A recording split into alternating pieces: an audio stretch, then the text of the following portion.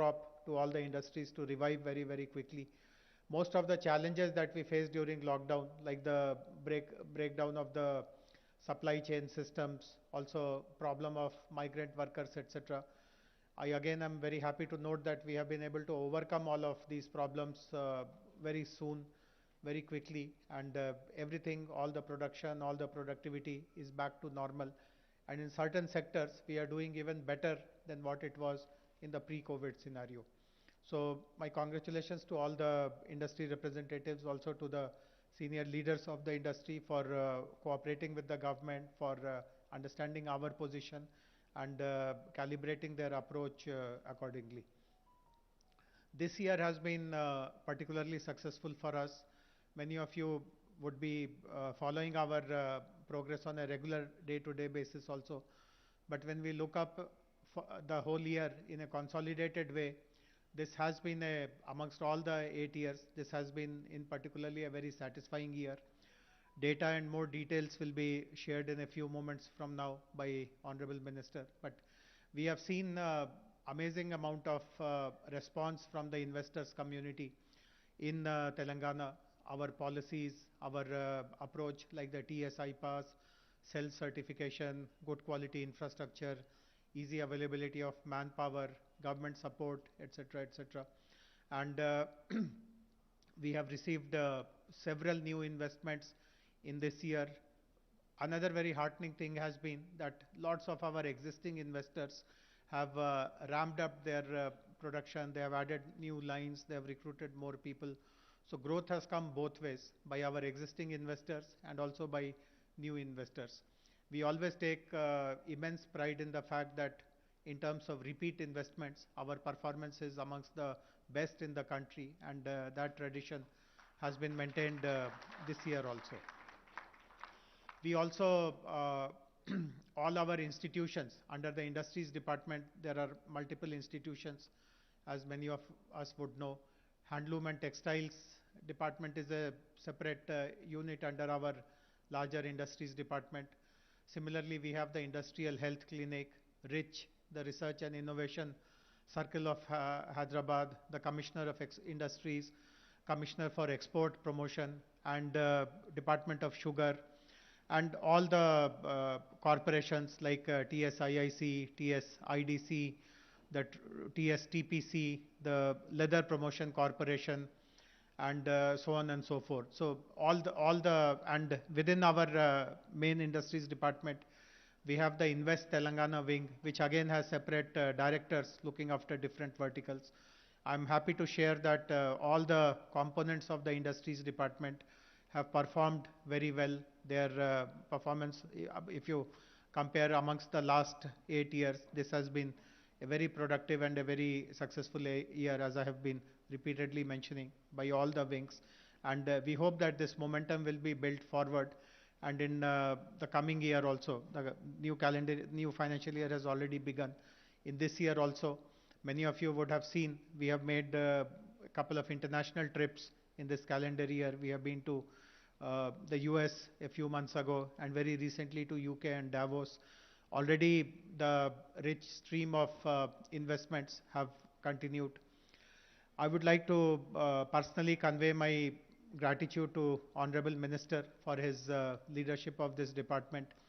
As I said, I speak in lots of these national level seminars, conferences, participate in lots of national meetings, and everywhere people continue to praise us about the very strong sense of responsiveness that our government shows right from Honorable Minister. In fact, I don't know, some of you, if you read the Economic Times yesterday, there was a news item about international investments in the country, and they had mentioned that at least 500 CEOs of IT and industries and the builders community, they will all have Minister's personal mobile number with them, and if there is any requirement, Honorable Minister is just one text away, and he instantly responds to all their issues, all their requirements. So this is the reputation that we have built in the country, and while other states are also trying to match up, but we are miles ahead of everyone else when it comes to this proactiveness, responsiveness, in being accessible to every member of the industry, whether it is a large investor, whether it is our homegrown investor, whether it is an MSME. We have equal regard and concern for everyone's well-being. So once again, my congratulations to all the stakeholders for making 2021-22 a very productive and useful year for the industries department, and I continue to seek your cooperation and support in the future as well. Warm welcome to all of you once again for this important occasion. Thank you very much. Thank you so much, sir, for the remarks. And now, ladies and gentlemen, we move into a segment where we'll have our industry representatives share valuable inputs with all of us here today. We have with us a corporate leader with over 36 years of multifaceted experience in food, nutraceutical and pharma ingredients processing, international marketing, and value addition of agricultural products. As the CEO of Plant Lipids, he has overseen 500% business growth in 10 years, thereby establishing the company as a leading spice essential oils, oleoresins, nutraceutical products, and natural food color manufacturer exporter in world. He was instrumental in setting up an overseas manufacturing facility in Sri Lanka, an international holding company in UK, and is the managing director of its German subsidiary. In his earlier stint, he worked in different capacities at Nita Gelatin India Limited for 21 years and played a key role in establishing a leadership position in gelatin business in India and 25 other countries. He also provided leadership in the company's foray into the consumer market space. So, ladies and gentlemen, please put your hands together for Ranjit Ramachandran.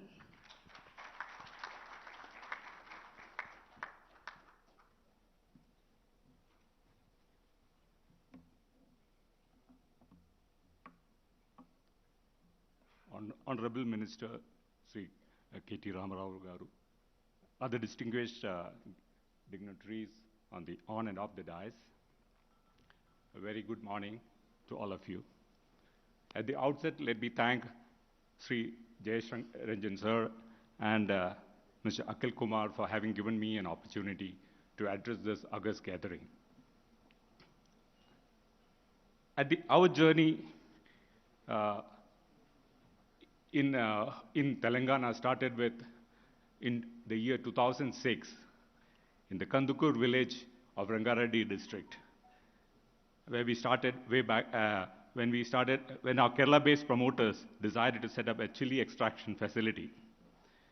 When we were considering to substantially scale up our chili operations, I got the opportunity to meet the Honorable Minister KTR Garu in June 2018. Sir, you gave me and my company the confidence to set up the country's largest chili extraction plant in the state of Telangana. At the first meeting itself, he was good enough to introduce me to Jayesh sir, and it was an amazing experience thereafter, with timely interventions always to ensure that our project did not hit any roadblocks. Let me take this opportunity to take you through our wonderful experience in Telangana.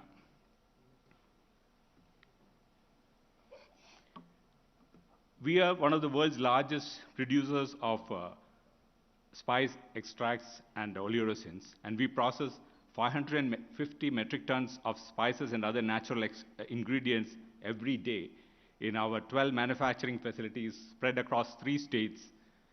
We started off in Kerala, then we came to Telangana, and we also have an operation in the state of Karnataka, and we have a large manufacturing facility in Sri Lanka as well. Our business covers 5 verticals, namely spice extracts, flavors and seasonings, nutraceuticals, fragrance ingredients, and natural food colors, all from natural origin. We are today one of the world's leading players in all these segments, exporting to more than 85 countries.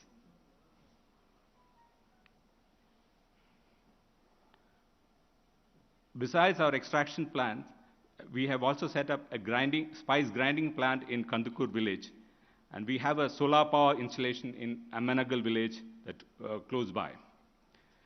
Chili being one of the key agri-products of Telangana, we have started farmer support programs starting from seed propagation to nurseries to farm-level projects, mostly in the districts of Khammam and Mahbubabad. Let me come to the new project which we set up in the district of Mahbubabad. Despite the pandemic, we could complete this project on schedule. The government facilitated the acquisition of land for the project in Mehboobabaad district, and we could commission the plant in August 2020 with a total investment of 47 crores. In 2021, we completed the first phase of expansion of the plant with an additional investment of 15 crores, and we are planning the third phase of expansion very shortly. I would like to, the sense of self-satisfaction and pride is that besides setting up the manufacturing facility, we could do something to the society. We, in collaboration with the Society for Elimination of Rural Poverty, SERP, and Benishan, successfully completed a farmer-level direct purchase program during 21-22 chili season, a model of public-private partnership with the farmers of Telangana as the direct beneficiaries. In this program, we covered 70 villages spread across 6 mandals.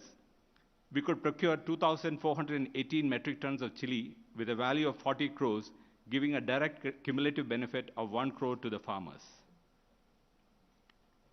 I would like to end this presentation with a few pictures of the plant, the current state of our plant in Mehboobabaad, and we are hoping to further expand on this.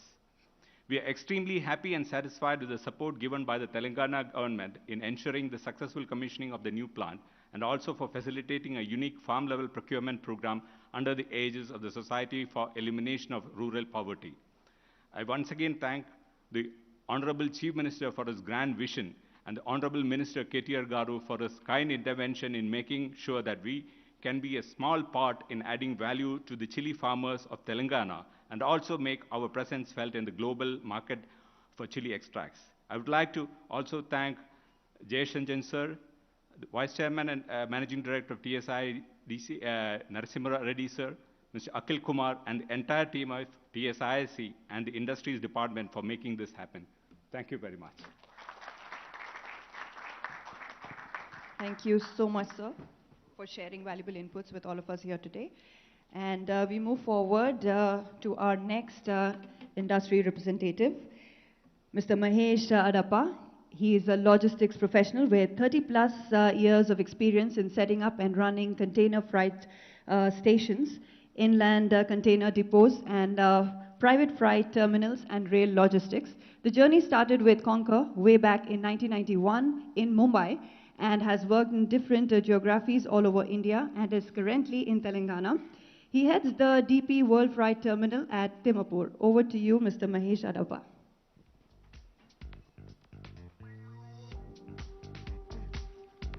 Thank you. Honorable Minister of Industries, KTR Garu, Principal Secretary, Shri Jayesh Ranjan Garu, distinguished officials on the dais and off the dais, respected trade representatives. Sir, I head the DP World facility at Dimapur. The facility has the distinction of being the first private freight terminal on the Indian Railways. This was commissioned way back in 2011. DP World took over this facility in 2018, and post takeover and capital infusion of about 80 crores in the form of upgrading the civil infrastructure, handling equipments, and also inducing container trains. Today, the facility handles 80 trains per month and serves customers across the geographies like JSW, JSPL, the Telangana State Civil Supplies, the Telangana State Markfed, the fertilizer companies, and also industries which have come up in the hinterland, close hinterland, like Procter & Gamble, Welspun, Pokarna, the paper mills and flour mills in Pargi and Shadnagar, the paper and biscuit manufacturers in Katedan, Renusys in Electronic City, and many more. The cargo movements within India, the customers use the Indian Railway wagons, and the EXIM piece is done by DP World by introducing 4 dedicated trains which move between the Jawaharlal Nehru Port and Hyderabad. We are very confident with the industrial growth that is taking place in the hinterland that we would introduce another 2 trains by December this year. So the new initiatives that we are working on is basically to build a network for Telangana to link the cargo clusters. For this, we are working very closely with Jayesh Ranjan Garu's team uh, to study the requirements of the projects that are coming up at Warangal, that is the KTR Mega Textile Park, and also the NIMS project at Zahirabad. And we're also working with already rail-linked facilities which were developed under the FCI PEG scheme to also do multi-products. Currently, they're only doing rice. So to also do multi-products which will create a proximity to the industry and lower the overall logistics costs for them. Pharma is the biggest industry in terms of cargo movements, and we have observed that almost 640 foots move every month by road to JNPT at a phenomenal cost. So we're trying to address this by deploying reefer trains from Timapur. We are working very closely with the shipping lines to make available the inventory at Hyderabad itself. Currently, the inventory is only available at the port towns. So we're trying to bring that inventory to Hyderabad and allow the pharma industries to reduce their overall turnaround time for exports. Currently, it is 10 days, so it would reduce down to almost about 4 to 5 days. And also the cost. The new port linkages, currently Hyderabad is only connected to the western port of JNPT. So we are working with stakeholders at Chennai, Krishnapatnam and Vizag to ensure that we have connectivity on the eastbound cargo also. So we have a lot of imports which are coming from China and Far East. They travel all the way to JNPT or Chennai and then move by road and also rail. So this is something that we feel will cut down on the overall transit and the costs for the imports which are coming from the eastern side, sir. We're also witnessing a spurt in growth in the catchment, immediate catchment. Welspun and Pokarna have started moving their cargoes, and they are contributing to almost 400 TEUs per month of the overall the cargo basket. And to ensure that they get a seamless connectivity to the port, we have introduced trains, and we are also re-looking at our own infrastructure and to see where we will fall short in serving these customers and ensuring a seamless movement. And on this, we are working on a discussion paper, which we will bring to Mr. Jayesh Ranjan and his team, and we will seek their support on the way forward, sir. I'm sure, sir, that today's annual report would list out achievements of the department in the last year, but as a stakeholder in the industry at the ground, I must congratulate the state under the leadership of the Honorable Minister and also Shri Jayesh Ranjan ji and his entire team for a visible growth momentum that we are witnessing, and we are committed to ensuring that this growth momentum is served with connectivity, sir. Here I would also like to specifically thank TSIIC for its support in upgradation of our connectivity roads, sir. So this was a very old issue which we had. We had approached the TSIIC. I'm sure it will not figure out in the annual report, so I'm specifically mentioning this, that this connectivity and support that has been received has today allowed us to increase and scale up our own network movements.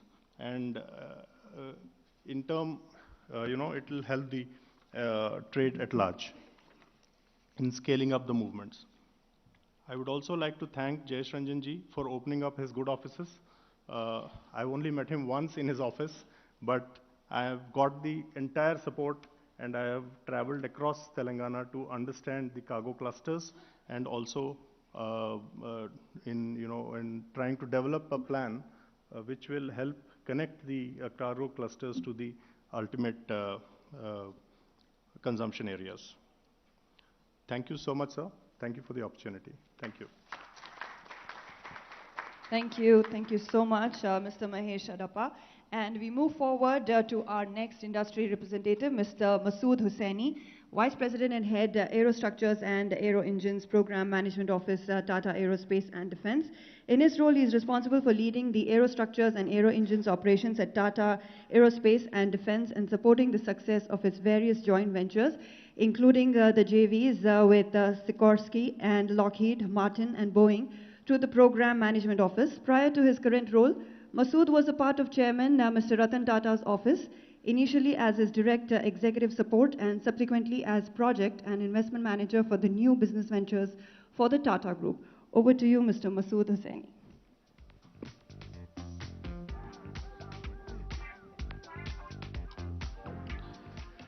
So good morning, Honorable Shri KT Rao Garu, Mr. Jayesh Ranjan, other dignitaries on and off the stage, ladies and gentlemen. It's a great privilege and honor to be here today. Let me just start off by sharing with you a little about our company, because I'm not sure how many of you are aware of what we do.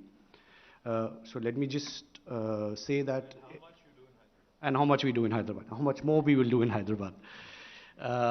So let me just start by saying that today, any aircraft that you fly in the world will have a part made in Hyderabad.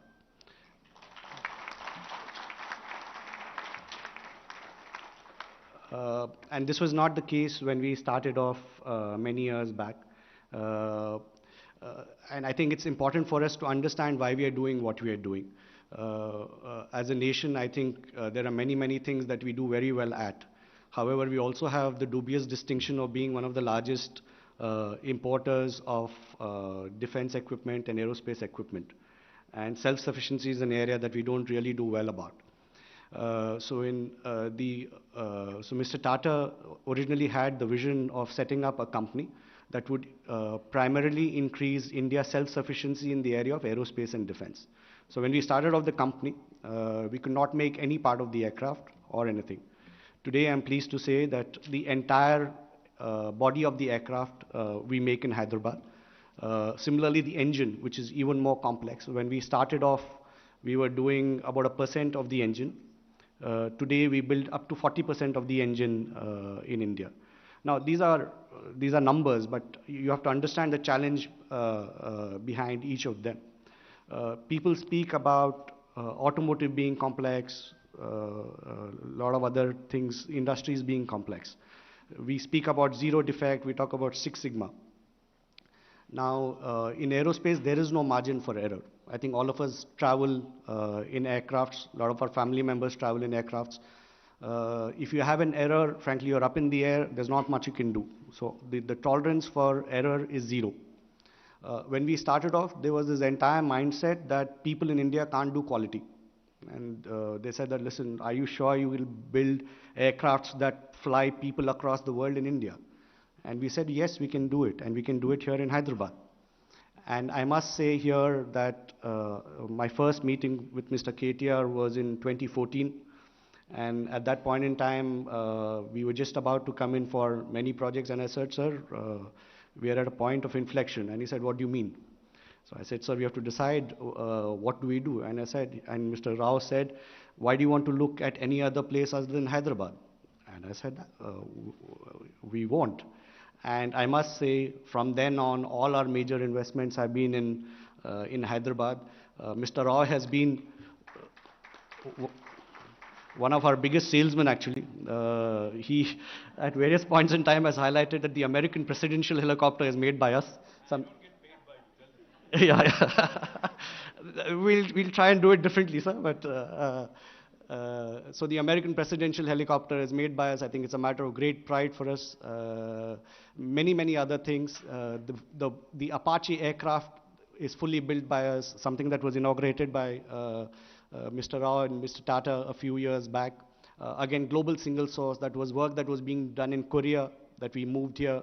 We built the Pilatus full aircraft. The G Leap aircraft is what we do. All of this has also happened with a workforce whose average age is 25 years. Now, typically, if you see the aerospace industry, the average age of the employees there is about 45 to 50 years. And I think the reason we've been able to achieve that is because of the phenomenal talent pool that we have in the state of Telangana. We've never been short of talent. We have had people who are fresh from college who come to our training centers. And within a year, they're doing work which is at par or better than the best people in USA, Japan, Korea, China, wherever. So when people say that India can't do quality, we say we don't agree.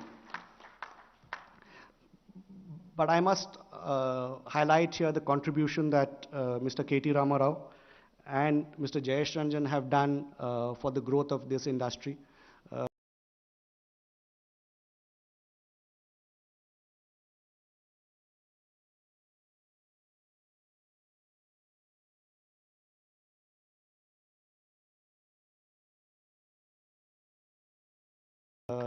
One of the biggest things was during the COVID, Mr. Jayesh Ranjan mentioned about it. We operate in a global supply chain. So if we stop supplies, the global supply chain stops. In a form, Boeing and Airbus can't deliver their aircrafts. So as Mr. Jayesh Ranjan mentioned, the first wave we didn't have much of an option. But in the second wave, we had not a single day stoppage. We didn't miss a single delivery. There was nothing that the government didn't do to make our job easier, and for that we will be ever grateful to you. It has ensured that more and more jobs have come into India. I must say, sir, I'm not sure you're aware, but we are probably one of the only suppliers in the world who did not miss a single delivery during the entire COVID, and that has been appreciated by all our customers, which has in turn meant that there is far greater business growth that is coming. The other thing, sir, is, as you know, for any industry, what matters is livability. At the end of the day, it's not just the physical infrastructure of the factory, but also the infrastructure of the city. And there, I think, in terms of quality of life, while Hyderabad has always topped all of the indices, it's a place that all of our expatriates, people who come from outside India, are very, very comfortable being. It's a safe city. The infrastructure is fantastic. It's growing more and more. More importantly, I think it's an initiative maybe even the government doesn't speak enough about, is Harita Aharam. I think the greening of the city that has happened over the last few years is amazing. And I think, as they say, the person who plants the tree will never see the outcome. And I think that is what will happen with the state of Telangana. We are truly delighted to be here in Telangana, and we strongly recommend it to anybody who comes here, that it's a great place to be. And I just want to end by once again thanking KT Ramagaru and Mr. Jayesh Ranjan for all the support that they've provided. Thank you so much, sir.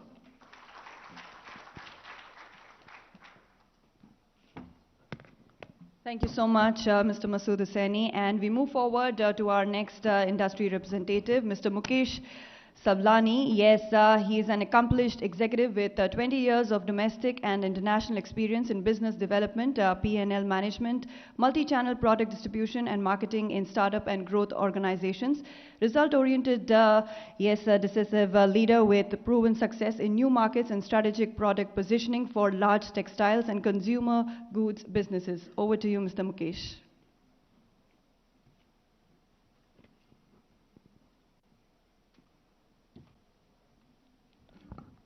Thank you, and good afternoon. Good afternoon to Honorable Minister KT Ramarao, Jayesh Ranjanji, Shri Balamalluji, Shri Narasimha Reddy ji.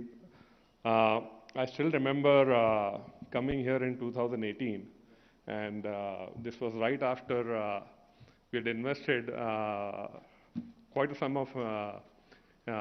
sum in Gujarat.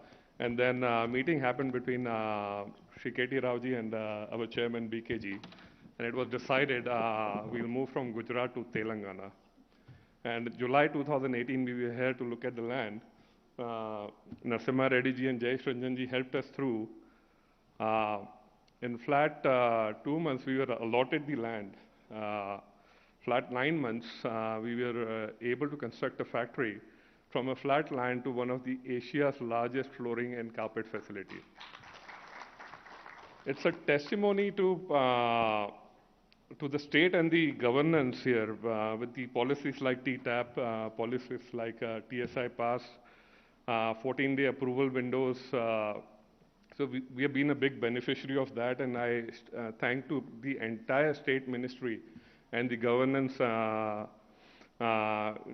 team here to be able to do what they've done in such a short period of time. I mean, Telangana is only a few years old as a state, and it's already doing wonders when we compare to other states in the country. We have been, it's a speed that we were surprised, and we were pleasantly surprised. While we were able to build a facility in 9 months on a land that had virtually no infrastructure, we were the first industry to come in that industrial park. 7 months, we got the electricity, dedicated line for electricity.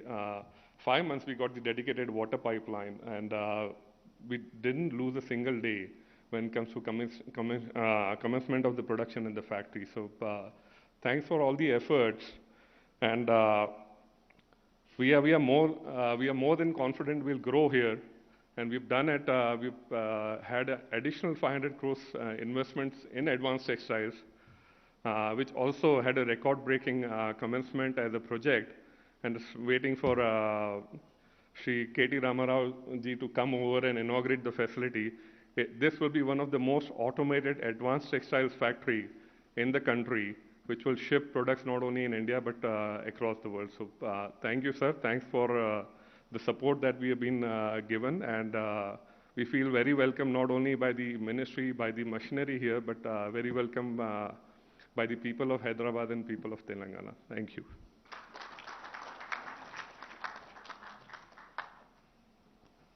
Yes, thank you so much, Mr. Mukesh Sablani. We have our next industry representative from Medtronic Engineering and Innovation Center, Vice President and Site Leader, Mr. Divya Prakash Joshi. I request you to please step forward. He is Commander Divya Prakash Joshi, veteran from the Indian Navy, and he's the Site Leader and Vice President at the Medtronic Engineering and Innovation Center, Hyderabad. He has over 30 plus years of experience in engineering, R&D, operations, quality, and reliability.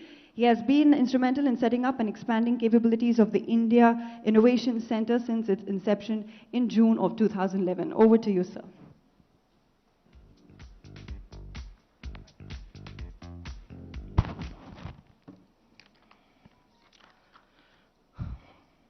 Good morning, Honorable Minister Shri KT Ramarao ji, Honorable Principal Secretary Shri Jayesh Ranjan ji, distinguished guests on the dais, respected dignitaries from the State Department, my fellow industry reps, media personnel, ladies and gentlemen. It is an honor to be part of this August gathering and event, and thank you for the opportunity given to Medtronic to share my views here today. Research and development is critical to Medtronic's growth strategy. R&D is aligned with Medtronic's mission, focused on addressing universal healthcare needs, improving clinical outcomes, expanding global access to care, and optimizing costs and efficiencies across the healthcare continuum. Through these 3 core strategies: therapy innovation, globalization, and economic value. In August of 2020, Medtronic announced an investment of rupees 1,200 crores to expand our R&D facility in Hyderabad, the largest state-of-the-art engineering and innovation center of Medtronic outside of the United States of America, helping boost R&D efforts and create opportunities for the state and the country. The facility was commissioned in record speed and inaugurated by the Honorable Minister, Shri KT Ramarao ji, and Medtronic's global CEO, Jeff Martha, in April 2021. From our humble beginnings today as I speak, we are now a team of more than 700 plus engineers and growing, working towards accelerating R&D globalization, innovation in healthcare technology to create unsurpassed value for Medtronic with the strategic intent to become the software technology center for medical devices, for software and engineering solutions, and supporting all businesses of Medtronic globally. Accordingly, we are enhancing our lab infrastructure and office space, and will be completing the same in few weeks. The team carries out critical operations on both new product development and sustenance engineering across high-end data engineering, mobile applications, product security, etc.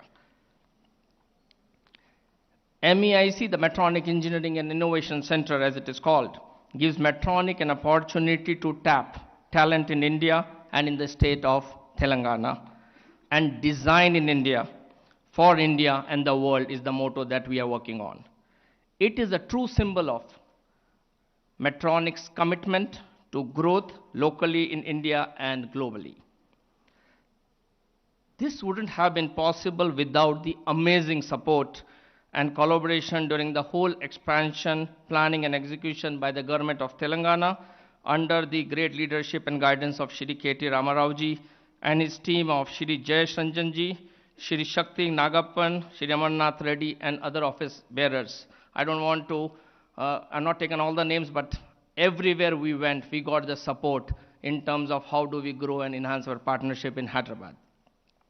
I would also like to say that Medtronic devices, every second 2 patients are touched globally, and the talent in Hyderabad is really working on majority of these products, both in new product development and sustenance engineering, and that speaks that setting up the center, expanding in Hyderabad has been a great positive for the organization.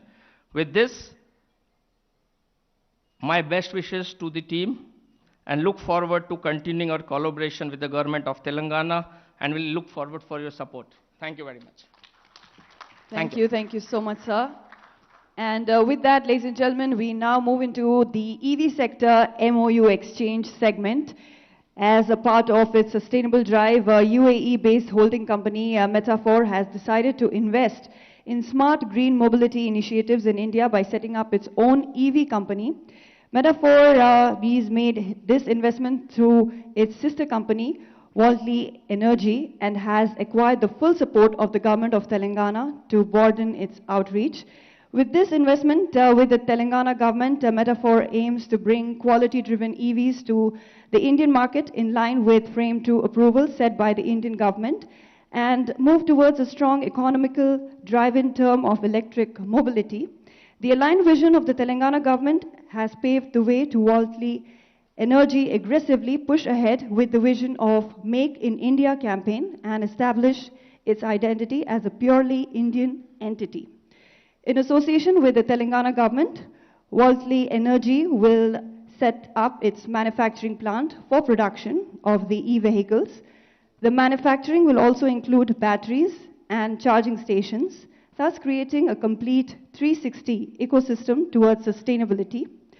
Metaphor also plans to integrate the EVs with its own telematics software that provides real-time data to users for easier commute. With all of the features and software developed in India, Metaphor endeavors to steer Telangana into EV stronghold and promote the Make in India initiative towards further sustainable goals. Yes, we have our dignitaries here on stage, our Honorable Minister, and I would request Mr. Shivankar, CEO of Worldly, to please step forward. I would also request Mr. Aditya Reddy, Sales and Marketing Head of Worldly, to please step forward. Yes, we already have Gopal Krishna, Director, Automotive and Electric Vehicles, Government of Telangana here. I request Mr. Junaid, Head of Business Development, to please step forward. Mr. Fahim, Director, Operations India, to please step forward. Yes, I would request Mr. Jayesh Ranjan to please step forward.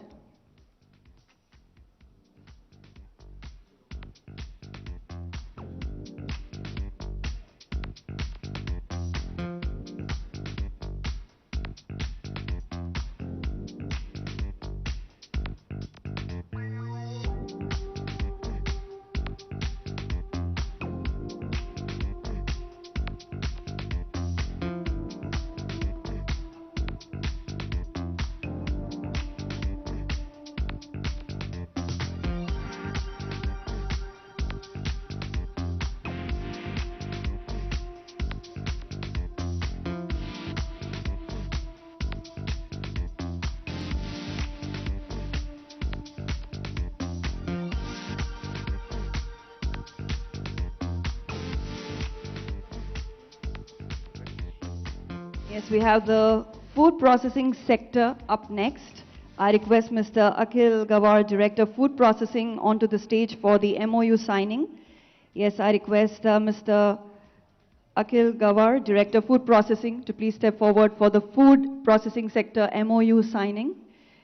I request Mr. Arjun Juneja, CEO, Mankind Consumer Healthcare Private Limited, Mr. Abhay Kumar Srivastava, President Operations, Mankind Consumer Healthcare Private Limited, to please step forward.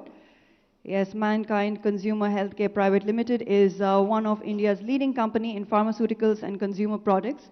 Mankind also has a flourishing pet care business, for which Mankind has chosen Telangana to set up their manufacturing facility.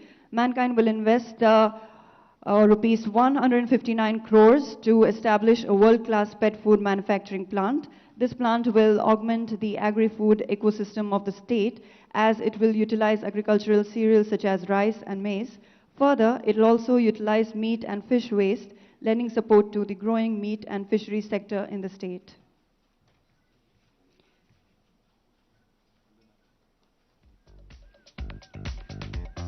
I now request Mr. Om Prakash Guneka, Director, 3F Industries Limited, to please step forward.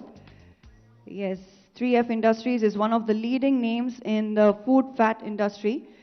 They produce bakery fats, fats for frozen desserts, fatty acids, specialty fats, amongst a long list of products in this segment. Their products are used by a host of well-known food processing and personal care product industries. 3F Industries is also a leader in palm plantations in India.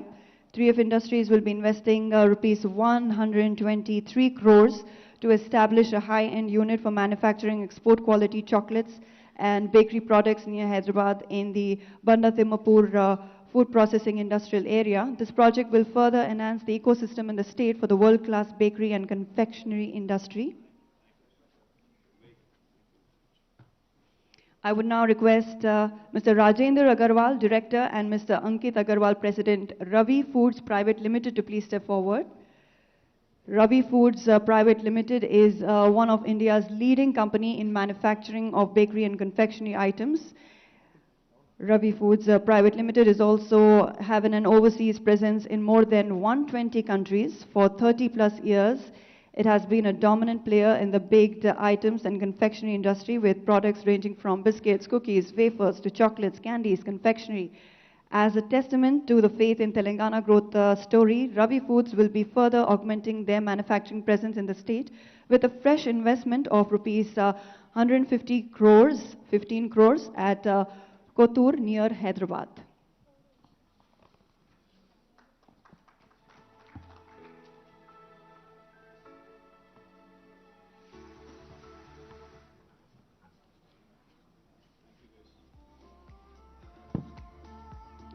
Thank you so much, and I request our dignitaries to please be seated.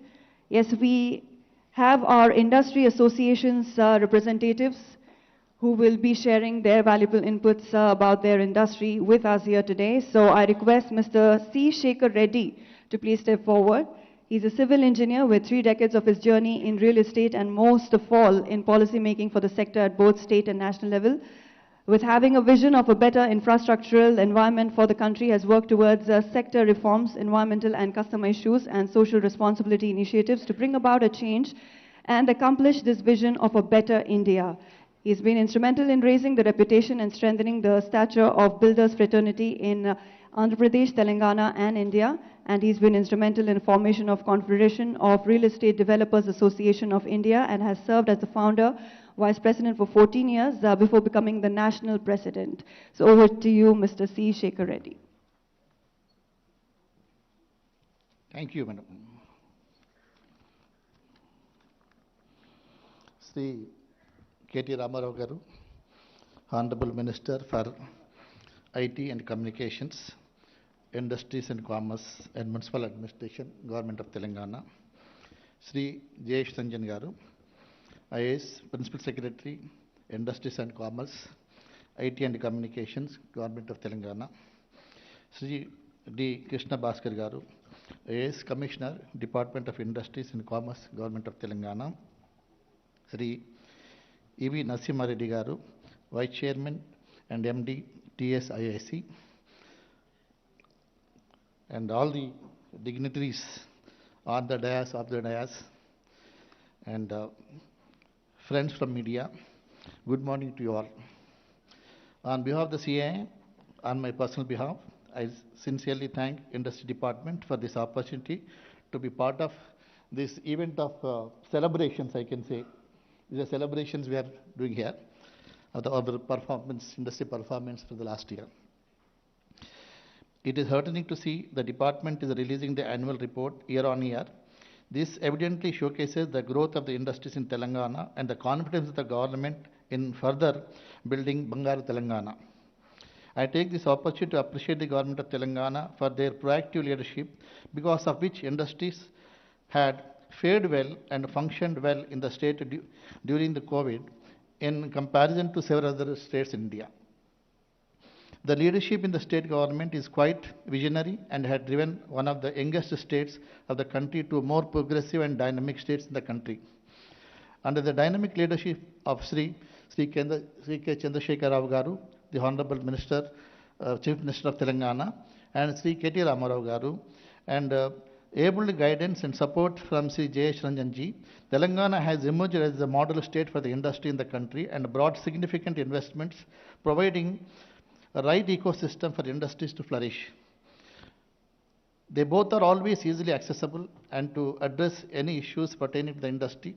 Therefore, our state is able to register tremendous growth in attracting new investments.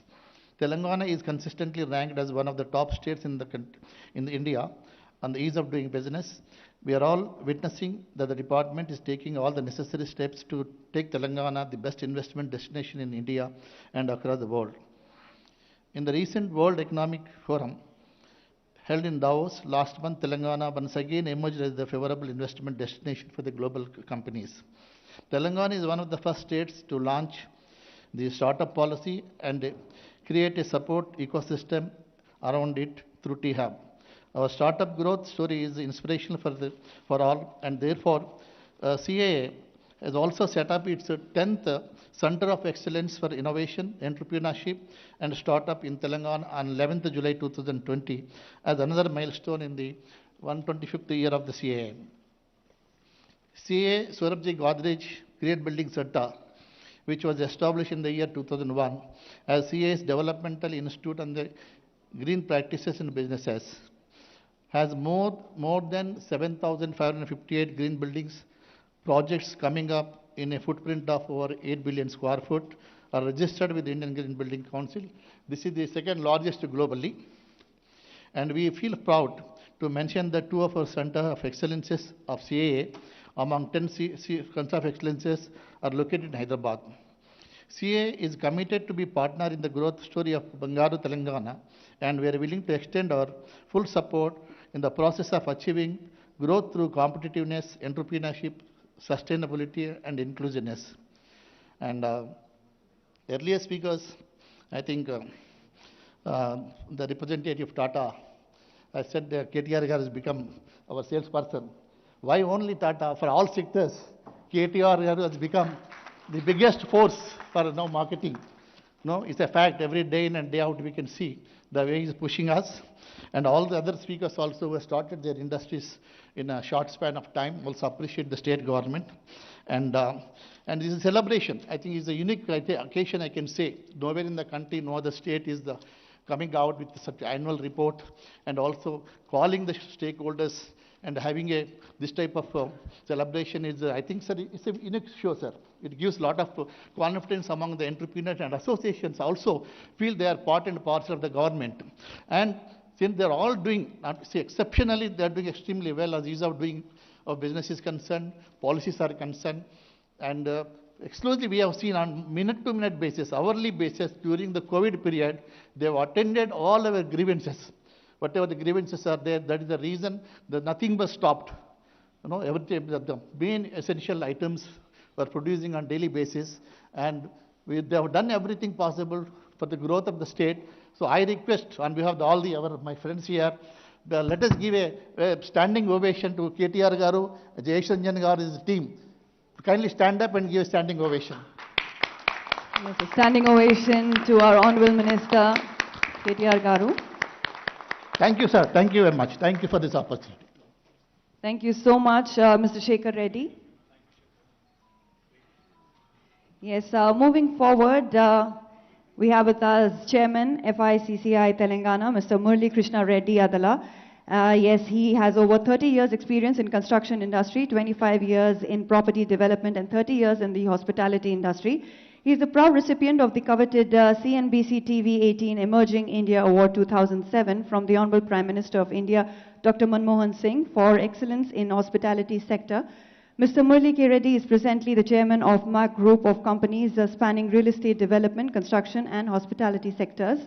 The group company MAC Projects Private Limited has won TV5 Business Leader Award for Best Greenery and Landscaping for their world-class gated and guarded community project BTR. Over to you, Mr. Murali Krishna Reddy.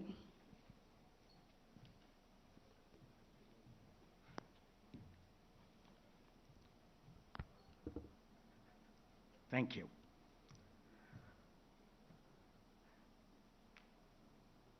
Honorable Minister Sri KTR, Principal Secretary Sri Jayesh Ranjan, senior officers of the Industry Department, industry leaders, industry representatives, ladies and gentlemen. Today is a beautiful day. We're celebrating 1 year of achievement of our industry and the industry department. Nowhere else in this country you will see this kind of cooperation and coordination. As the chairman of FICCI, I know how responsive the industry secretary and the minister are to the needs of industry and the problems of the industry. As Shekhar has just now said, today is a celebration day. We'll put off criticism for another day.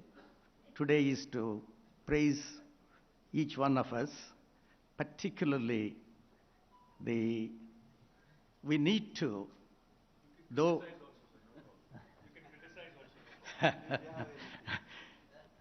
In a democracy, criticism is always there, and our Honorable Minister is so capable and competent to answer every criticism. And we are proud of you, sir. The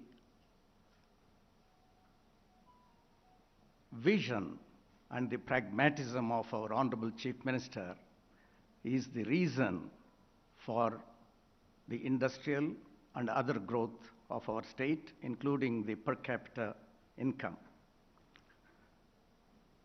I would like to thank Sri KTR for making this state a star state. Telangana today is a star state, and both in the international arena and on the national stage. Sri KTR, our industry minister, is literally the ambassador of the state and built so much value for our state.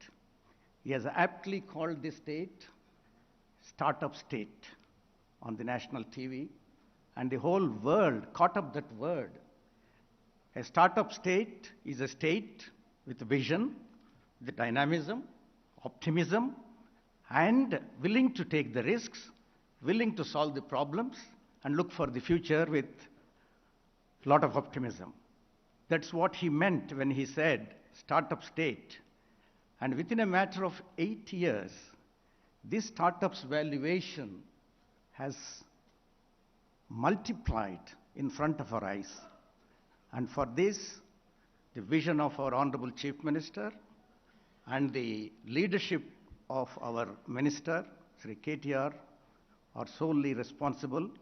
And of course, the industry department is led by able people, and they're all working assiduously to promote our state to be a star state and to fulfill the dream of all of us. What is great about this star state? Telangana is a state which gives primacy to inclusive growth.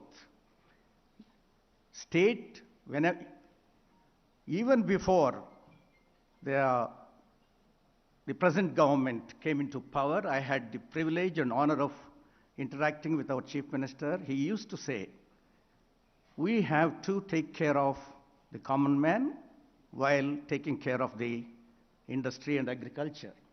That's important.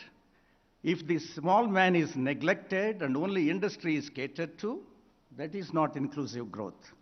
We have to praise our state, our leaders for this inclusive growth. Primacy for agriculture. There is no industry without agriculture. That is what is recognized by our Chief Minister and our Honorable Minister. Because no other state has this kind of primacy for agriculture.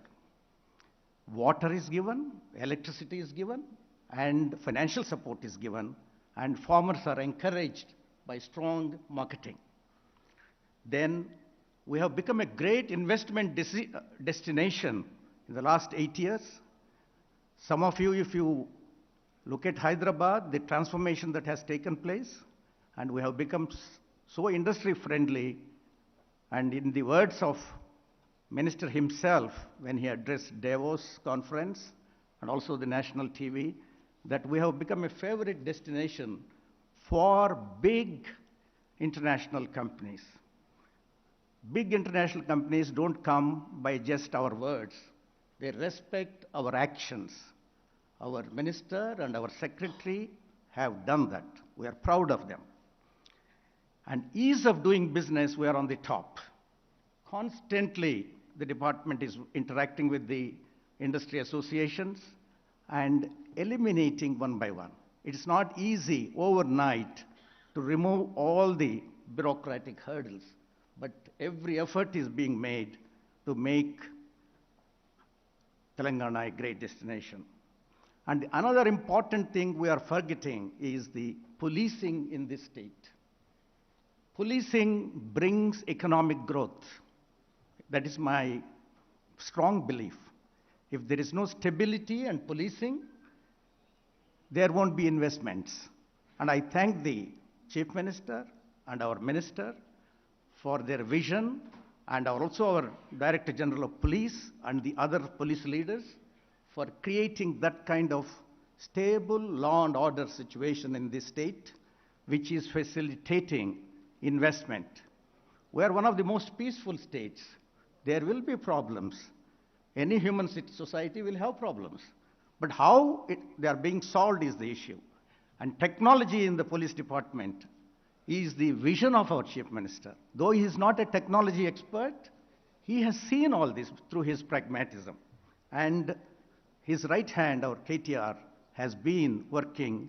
Though he is minister for this, he is also contributing to all these things. And focus on infrastructure.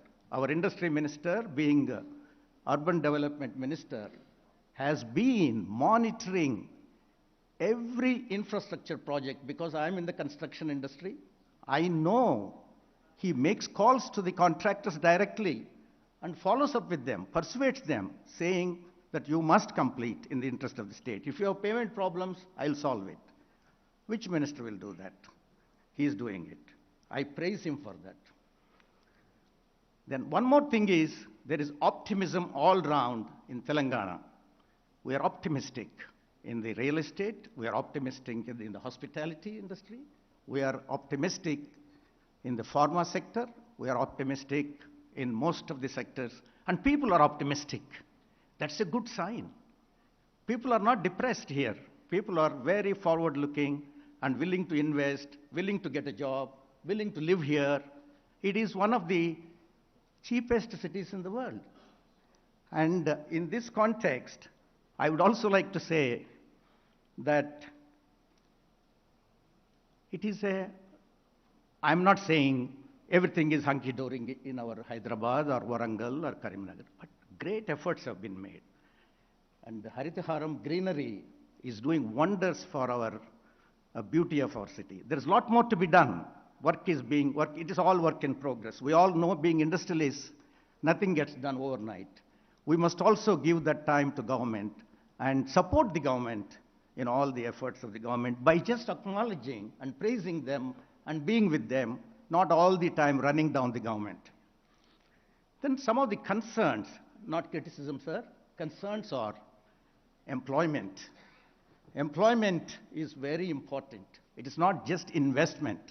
Our youth, it's not just important to get jobs in the IT sector.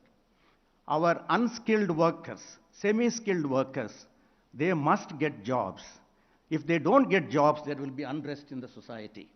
And to do that, we from the industry, you from the government, have to come together and create employment-oriented organizations. Government alone cannot give the jobs. And those days when people were expecting government jobs are gone. Today, private sector has to give the jobs. Towards that end, we must encourage small and medium enterprises, sir. It is not just enough if we get 4 or 5 big international companies here. It is a pride, but at the same time, small and medium enterprises give more jobs. And they go through a lot of hardships. We need to recognize their hardships and at least make payments to them on time. Payments is their biggest problem. It needs to be looked at. And another concern is more and more people are from rural areas are moving into urban areas. It is inevitable. Nobody can stop it. We need to look at urban infrastructure in terms of sanitation, roads, water, health, all these things. SMEs to be nurtured continuously for creating employment. I would like to recommend to our Honorable Minister, will it be a good idea to have a committee wherein industry representatives and the government senior officers solely concentrate on employment and advise the government on the policies which can facilitate employment creation. In conclusion, I want to congratulate the industry department for the wonderful work they have been doing under the leadership of the Honorable Minister and the Honorable Secretary. And also I want to thank the Minister personally for his commitment, for his vision, and for his dynamism, and above all, for his persuasive articulation on the international forums and the national. Today, the whole, once it may not be out of context to say, when Telangana was formed, I used to hear, it will not be a viable state. It will perish.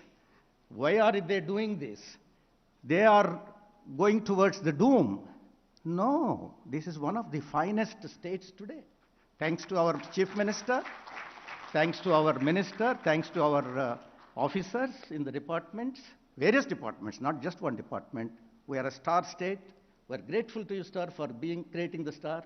And you are a star minister in the whole country. And you have even charmed the international scene by your articulation, by your commitment, and by your grip on the figures. You never just talk to the people off your hat. You quoted figures, and they're all there for all of us to see. And finally, I just want to make a request, sir. Though it is not my remit as the FICCI chairman, we are constantly endeavoring to build entrepreneurship. Our Flow organization, led by Shubhra, a lot of women entrepreneurs, they do wonderful work. In fact, they're the stronger arm of FICCI in Hyderabad. And in this context, I just want to make a request, though it's not my remit, that you are also the urban development minister. Street entrepreneurs are the greatest entrepreneurs. They are inventory managers. They are the most persuasive sellers. They also handle police very effectively when they come to kick them out. And they borrow at 36%, but still repay by evening, not like big industrialists running away from the banks. And a lot of them are women. They are working hard. Evening they have to go and cook and feed the children. And throughout the day, some of us thinking that we are great bargainers, ask them if they say 80 rupees, why don't you give me 70 rupees, 50 rupees like that, and trouble them. Still, they don't lose their patience. They're great entrepreneurs. Urban planning in the Indian context should be such that they are also given space while planning the roads. We are only talking about cars, traffic, 100 feet roads, 200 feet roads, fine, they're all good, they're all required. Can we also create some space for them away from the footpath? I have seen this in Bangalore in one of the streets. I'm not saying do it on the road number 1 or main street, side streets. Create small space for them so that they are not harassed by the police. Normally, of course, police is not harassing nowadays. They are cooperating with them. But still, it is in the interest of building entrepreneurship. What is the strength of India? India's greatest strength is entrepreneurship, sir. And that is what keeps us going. It is not government jobs, it is the entrepreneurs. These entrepreneurs must be encouraged. Microfinance must be arranged for them. Government must also look at these people, because when we look at that, we are going to work for the welfare of small families. And that is the vision of this government. I know that when I interact with you and interact with the Honorable Chief Minister, always you are concerned about the small man and small woman. So please do that, sir. And that is my request. That is my presentation to you. And you will be remembered forever if you can do in the new 69 GO, if you can ask the officers to create these spaces, the people will be very happy and they will be ever grateful to you. Thank you, sir. Thank you. Thank you. Thank you so much, Mr. Murali Krishna Reddy. Yes, indeed. Thank you for the starry remarks as well. Ladies and gentlemen, it's a matter of great pride that our MSEFCs for Rangareddy and Mechil districts were awarded by the Honorable National Ministers for MSME, being selected out of 126 similar MSEFCs across the country. So we are moving towards ensuring that our facilitation councils provide solutions in a robust fashion to MSMEs operating in Telangana. I would request all the GM DICs present here to please stand up, because we have to clap for you. It is all because of your hard work, your efforts, that Telangana is now a Bangaru Telangana. And indeed, yes, you have set the global destination for investments in Telangana. Thank you so much. Yes, thank you, our GMDICs. Thank you. And with that, my dear friends, we proceed to the next speaker. Yes, we have with us Mr. Anil Agarwal, Vice President, President-elect, FTCCI, and he has served in managing committee for over a decade and played key role in several expert committees such as Energy Committee, International Trade Committee, etc. Yes, after doing his graduation in commerce from Osmania University, he joined his family business of iron and steel in 1988. He served as director for Messrs. Dhanalakshmi Iron Industries Private Limited, which is into manufacturing of TMT bars. Subsequently, he became managing director of Jivaka Industries Private Limited, that is into manufacturing of structural steels with forward and backward integration of steel. Over to you, sir.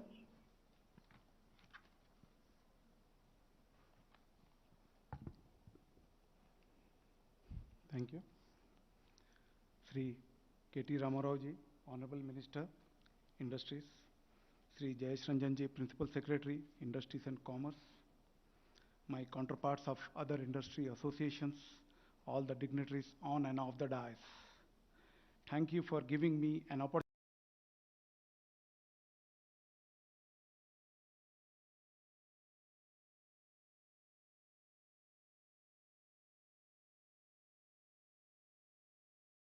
to address the August gathering on the occasion of release of annual report of industry attractive destination investors. Your recent visits to US, UK and Davos were testimony to this, and we congratulate Honorable Minister, Principal Secretary and the whole team for making stupendous efforts and bringing huge investments into various sectors. While government is actively promoting investments into the state, we from Federation are doing out doing our bit to promote trade by organizing various bilateral trade meets and engaging with consul generals of various countries. We are also imparting the skills required by conducting extreme courses to encourage entrepreneurs explore new avenues. Sir, when I'm asked to address here, I was curious to see district-wise domestic product contribution to GSDP. Gross district domestic product, the three districts, Hyderabad, Rangareddy, and Medchal Malkajgiri are contributing about 48% of GSDP. And if I add 4 more districts, Nalgonda, Nizamabad, Sangareddy, and Khammam, the total contribution is coming to around 60%. Sir, if you can tap the growth potential of remaining districts in the state, I am sure Telangana will progress at a much faster pace. We at Federation are also making efforts to align with district level chambers and conduct activities to understand the needs and facilities required and bring it to the notice of the government. I am happy to inform that we recently had interactions with Khammam and Nizamabad district chambers and organizing few entrepreneurship development programs and skill programs. Sir, as Federation of Chambers, we'd like to convene a meeting of all district chambers and request you, sir, to preside over the meeting. This will instill lot of confidence among the entrepreneurs. The government is with them and motivates them. Sir, before I conclude, I must share with you my recent experience with Consul General of Canada, Mr. Ben. We had an interactive meeting on 1st June at Federation, and after the meeting, he informed me that he had breakfast meeting with US Consul General, Mr. Joel Reifman, on that day. During the meeting, he informed his Canadian counterpart that US is betting heavily on Telangana, and if Canada don't act now, they will be missing the bus. That is the global image of our state, Telangana state, which has got skill talent, robust infrastructure, ease of doing businesses, and highly efficient and responsible government administration led by our respected CM, Sri K. Chandrasekhar Rao ji. Thank you for giving me an opportunity. Thank you. Thank you. Thank you so much, sir, for talking to us. Ladies and gentlemen, up next is Padma Shri Ravi Kumar Nara. He was bestowed with the 4th highest civilian award, Padma Shri, in the year 2014 by Government of India in recognition for his contribution to the growth of Indian industry. He is the first Dalit entrepreneur to be awarded Padma Shri from southern India. And he was born on September 1, 1963 to slum dweller parents in Hyderabad. And through his vast networking and leadership skills, Ravi in short time overtook his peers and subsequently formed Greater Hyderabad Builders Federation. He is director of Messrs. Apna Door Step Services Private Limited and Messrs. Smart Green Infra and Logistics Management India Private Limited. Also managing partner in Messrs. Aditya Communications. Mr. Ravi is spearheading his group of companies providing direct employment to 500 individuals.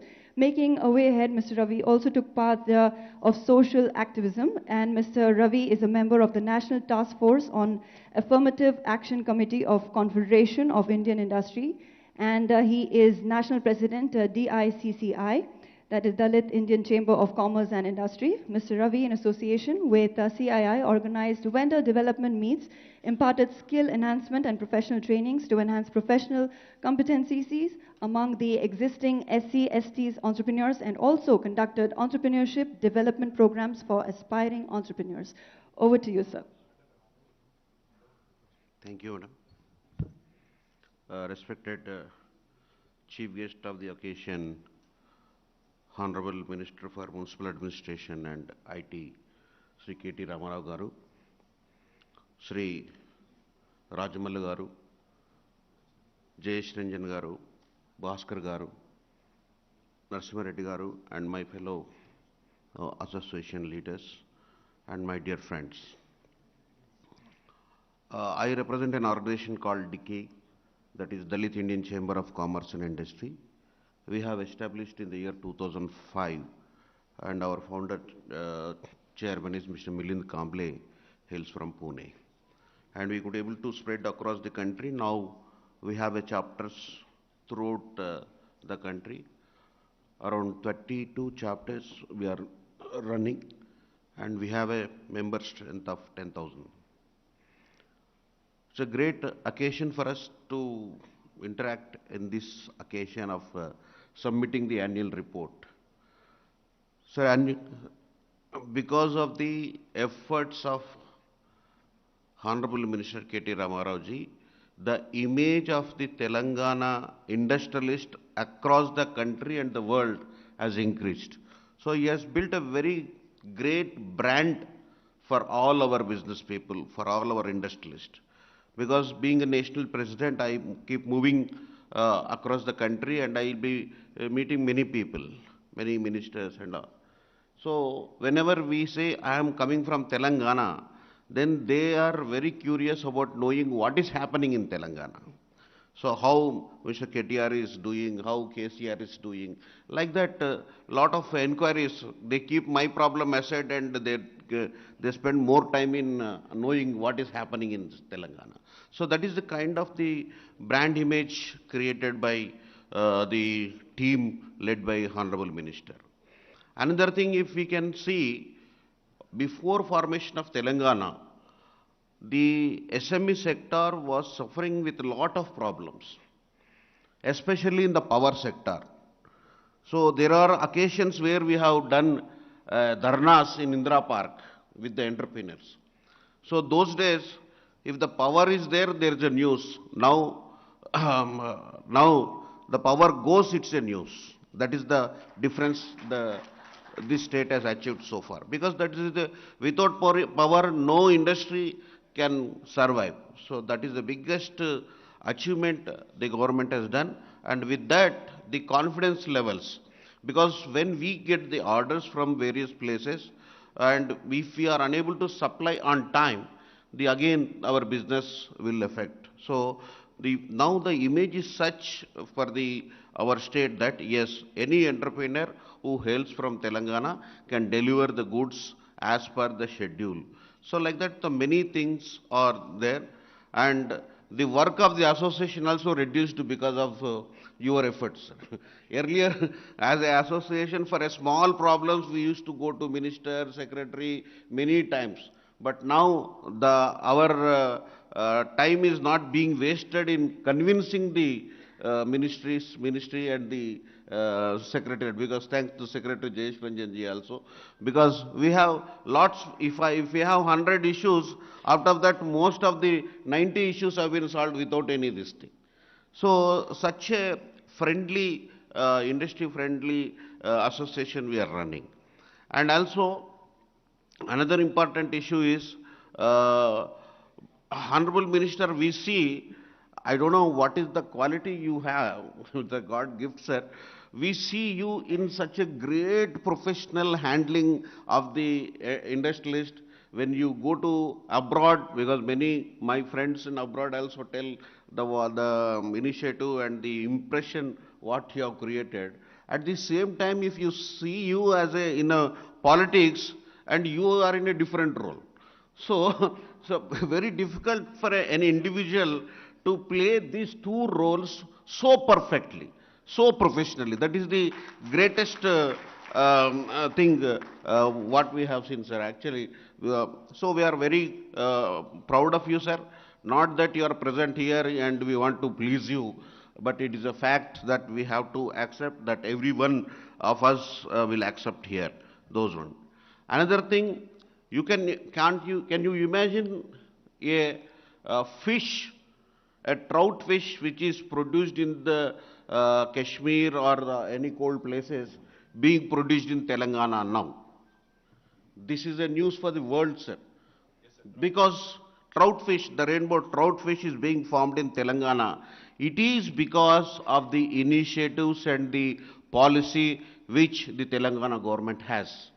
Because in many places, when we wanted to start that industry and we were interacting, because the power is the main issue for that. Suppose if the power is not there, and if the power is a 24/7, the power will be used, and the production cost will increase. But thanks to the government of Telangana, which has given a special concession for fish farmers on par with the regular, not on par with the regular tariff, that a concessional tariff at 5 rupees 25 paisa per unit was given, through which the project has become the viable, and now we are in the world map. Telangana is in the world map of producing the rainbow trout fishes in the world.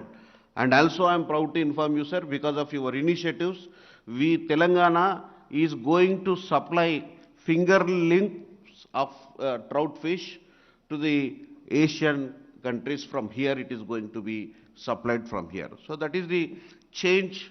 That is all happening because of the good policy support system what we have and the good administrative system we have. So for these reasons we are able to survive and we are able to grow, not only individually, as a collectively, and the brand image of the Telangana has got multiple indirect impacts of creation of the employment, contribution to the GDP, so many things. So I am sure, sir, for another 3-4 years, the Telangana nobody can beat in any sphere. That is the standards you have, that is the foundation you have led, and I congratulate the officers for taking forward the your vision and producing the results. And as far as SC entrepreneurs are concerned, the policy which has been given in Telangana, that is the Tea Pride, is the role model policy for the entire country, because nowhere, as one of the speaker told, that is the financial inclusion. So when the population of the scheduled caste and scheduled tribe community contribute to 25% of the population, and to develop them as an entrepreneurs, the government of Telangana has initiated Tea Pride policy in 2015, which has given a very good results. We could able to produce more than 400 manufacturing units in our state. But for that policy, it was not possible, because through that policy, we are able to get the priority in allotment of the lands, concessional rate, power tariff concessions, investment subsidy. So many other benefits are there in the Tea Pride scheme. Not only that, Telangana is the only state in the country who has provided the reservations in the contracts in all the departments of government of Telangana, all engineering departments. No state has got this policy. So that is the initiative taken by the government to implement the financial inclusion in the country. So this is the affirmative, this is, in otherwise it is called as affirmative action. In US, such system is there, and after US and that affirmative action is being implemented in the state of Telangana. I am sure, sir, with your support, with your initiatives, we are going to create a lot many scheduled caste and scheduled tribe entrepreneurs in the country, and which they are going to have a very big innovative industries going to set up in near future. Thank you very much for the opportunity. Thank you so much, sir, for talking to all of us here. I would now request Mr. Kondaviti Sudhir Reddy, President, Telangana Industrialists Federation. Yes, please step forward. He is a BTech graduate in Civil Engineering from JNTU Engineering College, Hyderabad. Mr. Sudhir Reddy was instrumental in mobilizing the support of MSMEs for the separate statehood movement by establishing TIF. After the formation of the state, TIF, under the guidance of Mr. Sudhir Reddy, has been actively associating with the government to resolve challenges, issues faced by MSME, industrialists and employees. Over to you, sir.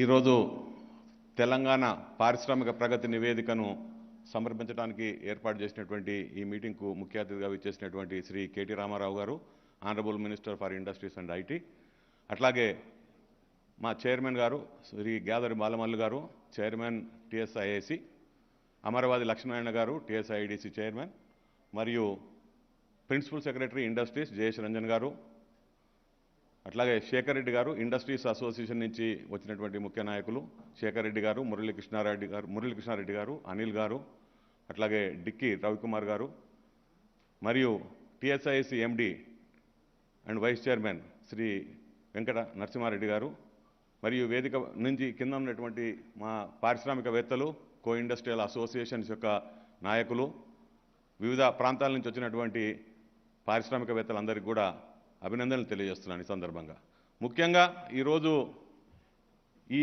ఆనవాయితీని మొదట start చేసినప్పుడు అందరూ కూడా అర్థం కాలేదు. But గత 4 సంవత్సరాల నుంచి కంటిన్యూస్గా ఈ ప్రగతి నివేదిక పారిశ్రామిక ప్రగతి నివేదికలకు సంబంధించినటువంటి సబ్మిట్ చేసినప్పుడు మనందరికీ అర్థమవుతుంది. లాస్ట్ టైము అంతకుముందు కూడా మనం చూసినాం. ప్రతి పారిశ్రామిక నివేదికలో, అభివృద్ధి నివేదికలో అప్పటి వరకు జరిగినటువంటి అభివృద్ధిని, అప్పటి వరకు చేసినటువంటి అచీవ్మెంట్స్ అన్నింటిని కూడా వారు మంత్రి గారు ఒక ఆనవాయితీగా మన పారిశ్రామికవేత్తల ముందట, ప్రజానిక ముందర పెట్టడానికి ప్రయత్నం చేస్తున్నది. తప్పకుండా ఇది అందరికీ అభినందనీయమైన విషయము. దీంతో పాటు ఈరోజు తెలంగాణలో రాష్ట్రం ఏర్పడినప్పుడు ముఖ్యంగా ఎంఎస్ఎంఈ పరిశ్రమలు, ముఖ్యంగా నేను ఎంఎస్ఎంఈ సెక్టర్ను రిప్రజెంట్ చేస్తున్నటువంటి వ్యక్తిని. తెలంగాణ ఇండస్ట్రీస్ ఫెడరేషన్ యొక్క పుట్టుకనే తెలంగాణ ఉద్యమంతో స్టార్ట్ అయింది. తర్వాత పరిశ్రమలు, రాష్ట్రంలో పరిశ్రమల యొక్క అభివృద్ధికి తోడ్పడటానికి మేము గవర్నమెంట్తో అసోసియేట్ అయ్యి అనేక కార్యక్రమాలు చేయడం జరుగుతుంది. ముఖ్యంగా ఈరోజు తెలంగాణ 2014 కంటే ముందు మనందరికీ తెలుసు. ఇక్కడ కూర్చున్నటువంటి దాదాపుగా అనేక మంది పారిశ్రామికవేత్తలు కూడా 2014 కంటే ముందు పరిశ్రమలు నడపడానికి వీలుగాక వాళ్ళందరూ కూడా ఇందిరా పార్క్ దగ్గర పెద్ద ఎత్తున నిరసన ర్యాలీసు, ధర్నాలు చేసినటువంటి పరిస్థితి మనందరికీ తెలుసు. ఆ రోజున కరెంటు లేక అనేక పరిశ్రమలు మూతబడినటువంటి పరిస్థితి మనకు తెలుసు. అట్లాగే మరి తెలంగాణ రాష్ట్రం ఏర్పడే ముందు కూడా దీని మీద అనేకమైనటువంటి అపోహలు, అనుమానాలు కూడా ఉండే. రాష్ట్ర బైఫర్కేషన్ సమయంలో కూడా తెలంగాణకు పవర్ సెక్టర్లో కొంత అన్యాయం జరిగిన మాట మనకు తెలుసు. ఇవన్నీ అప్రహెన్షన్స్ మైండ్లో ఉన్నప్పుడు తెలంగాణ రాష్ట్రం ఏర్పడిన తర్వాత పారిశ్రామికవేత్తలందరూ కూడా ఇక్కడ పరిశ్రమలు నడపాలా, వేరే రాష్ట్రాలకు తరలిపోవాలా, లేకపోతే వేరే ప్రాంతాల్లో పరిశ్రమలు స్థాపించుకోవాలా. మరి ఇప్పటికే వారానికి 3 రోజుల విద్యుత్ కోత, 3 రోజులే కాకుండా డైలీ ఉదయం 4 గంటలు, సాయంత్రం 4 గంటలు, దాదాపుగా 60% టైము విద్యుత్ కోతలతోని సతమతమవుతున్నట్టు పరిశ్రమలు ఆ రోజున మనకు ఉండే. మరి తెలంగాణ రాష్ట్రం ఏర్పడ్డ తర్వాత అందరి అపోహలను పటాపంచలు చేసుకుంటూ మన ప్రీతమ నాయకుడు ముఖ్యమంత్రి గారు మొదట అడ్రస్ చేసినటువంటి సమస్య ఈ విద్యుత్ సమస్య. పరిశ్రమలు తరలిపోకుండా ఉండాలంటే, ఈ రాష్ట్రము అభివృద్ధి సాధించాలంటే అన్నిటికంటే ముఖ్యమైనది విద్యుత్ కోతని, విద్యుత్తు సరఫరా చేయడం అనేది వారు గ్రహించి వెంటనే 6 నెలల లోపునే ఈ విద్యుత్ కోతను వారు పక్కకు పెట్టి మరి నిరంతరాయ విద్యుత్తు, క్వాలిటీ విద్యుత్తు ఈ రాష్ట్రంలో ఉన్న అన్ని పరిశ్రమలకు అందజేస్తున్నటువంటి ఘనత తెలంగాణ రాష్ట్ర ప్రభుత్వాన్ని. దీనికి మనమందరం కూడా అభినందనలు తెలవాల్సిన అవసరం ఉన్నది. మరి తెలంగాణ రాష్ట్రం ఏర్పడ్డ తర్వాత ఒక సెక్టర్ అని కాదు, అన్ని సెక్టర్లలో కూడా దూసుకుపోతుంది. ఈరోజు దేశవ్యాప్తంగా ఉన్న ప్రతి రాష్ట్రం కూడా తెలంగాణ వైపు చూస్తున్న విషయం మనకు తెలుసు.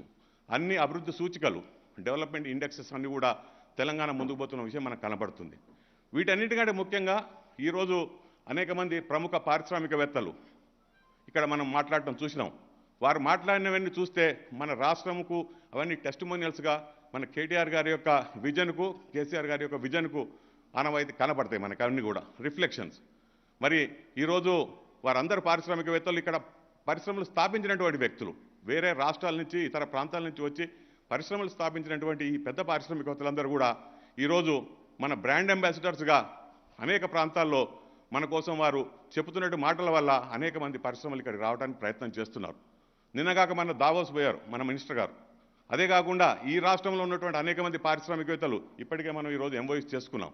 సో ఈ బ్రాండ్ అంబాసిడర్స్ అందరూ కూడా వారు ఇచ్చినటువంటి టెస్టిమోనియల్స్, వాళ్ళ యొక్క పొగడ్తలు, వాళ్ళ యొక్క ఫీడ్బ్యాక్ మనందరికీ కూడా ఈరోజు ఇక్కడ వినిపించారు.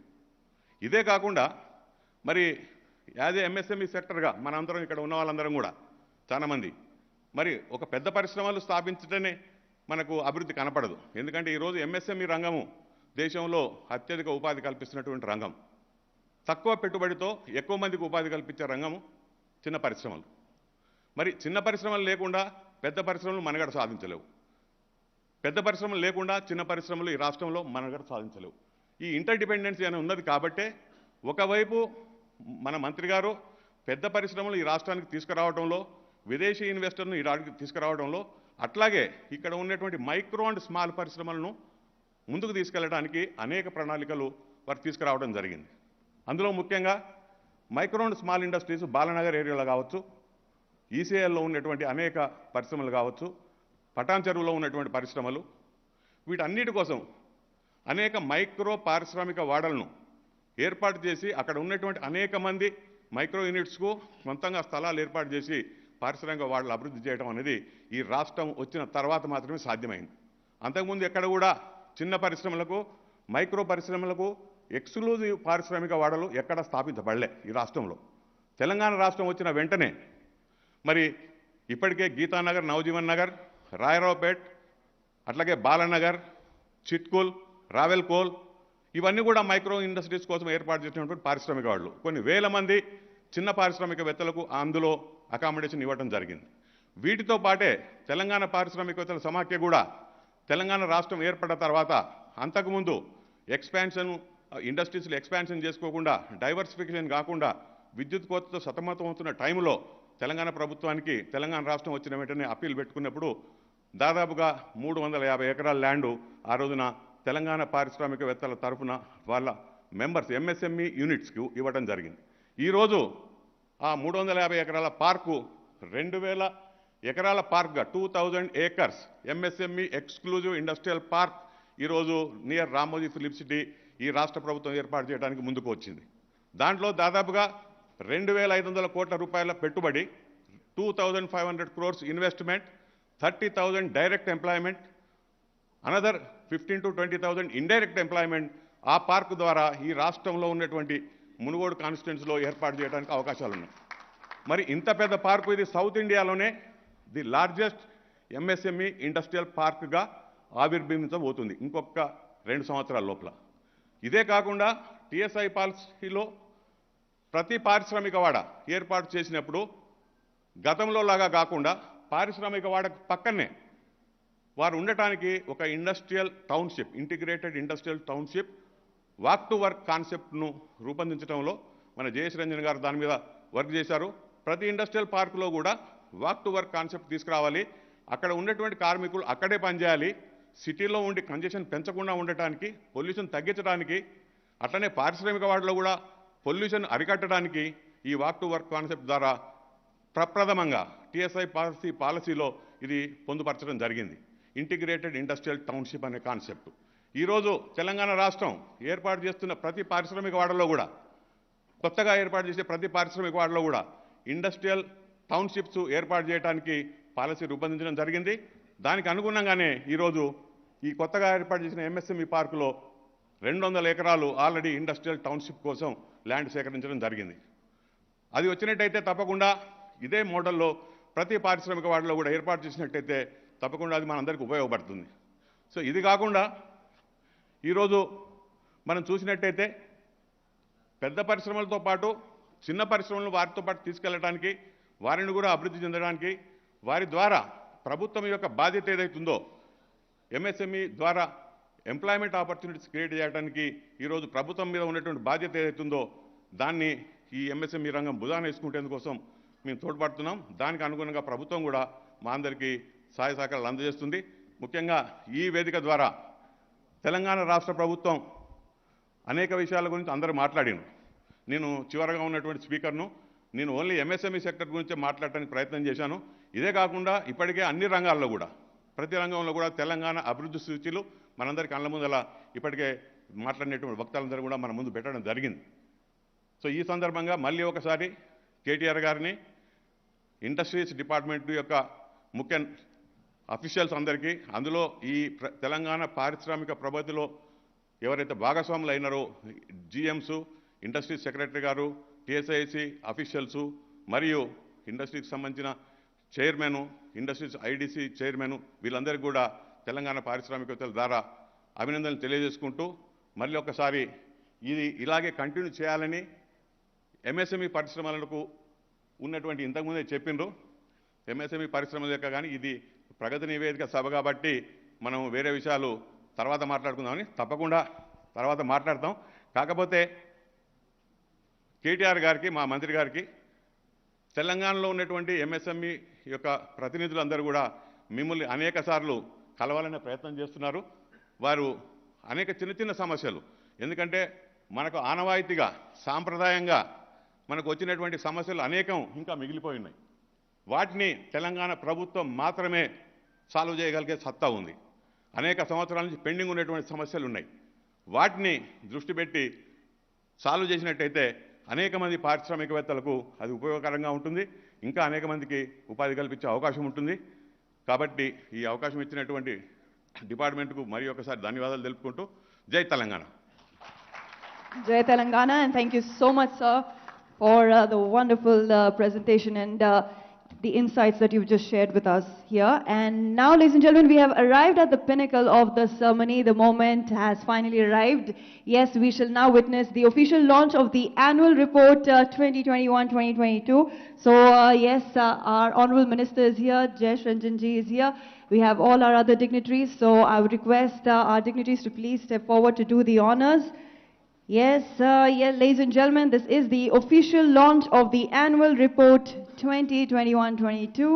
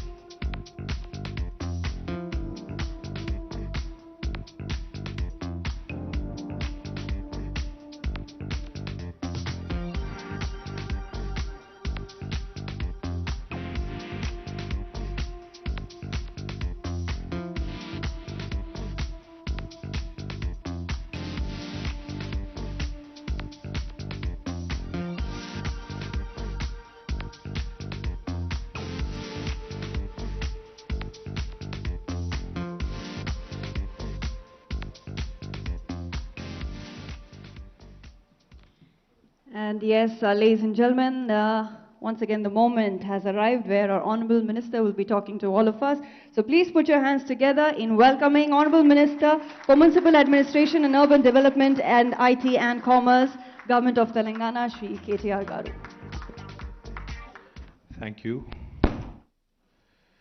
I know it's been late, so I won't try and take up too much of your time. I know I'm also standing between you and your lunch, so. అందరికీ నమస్కారం.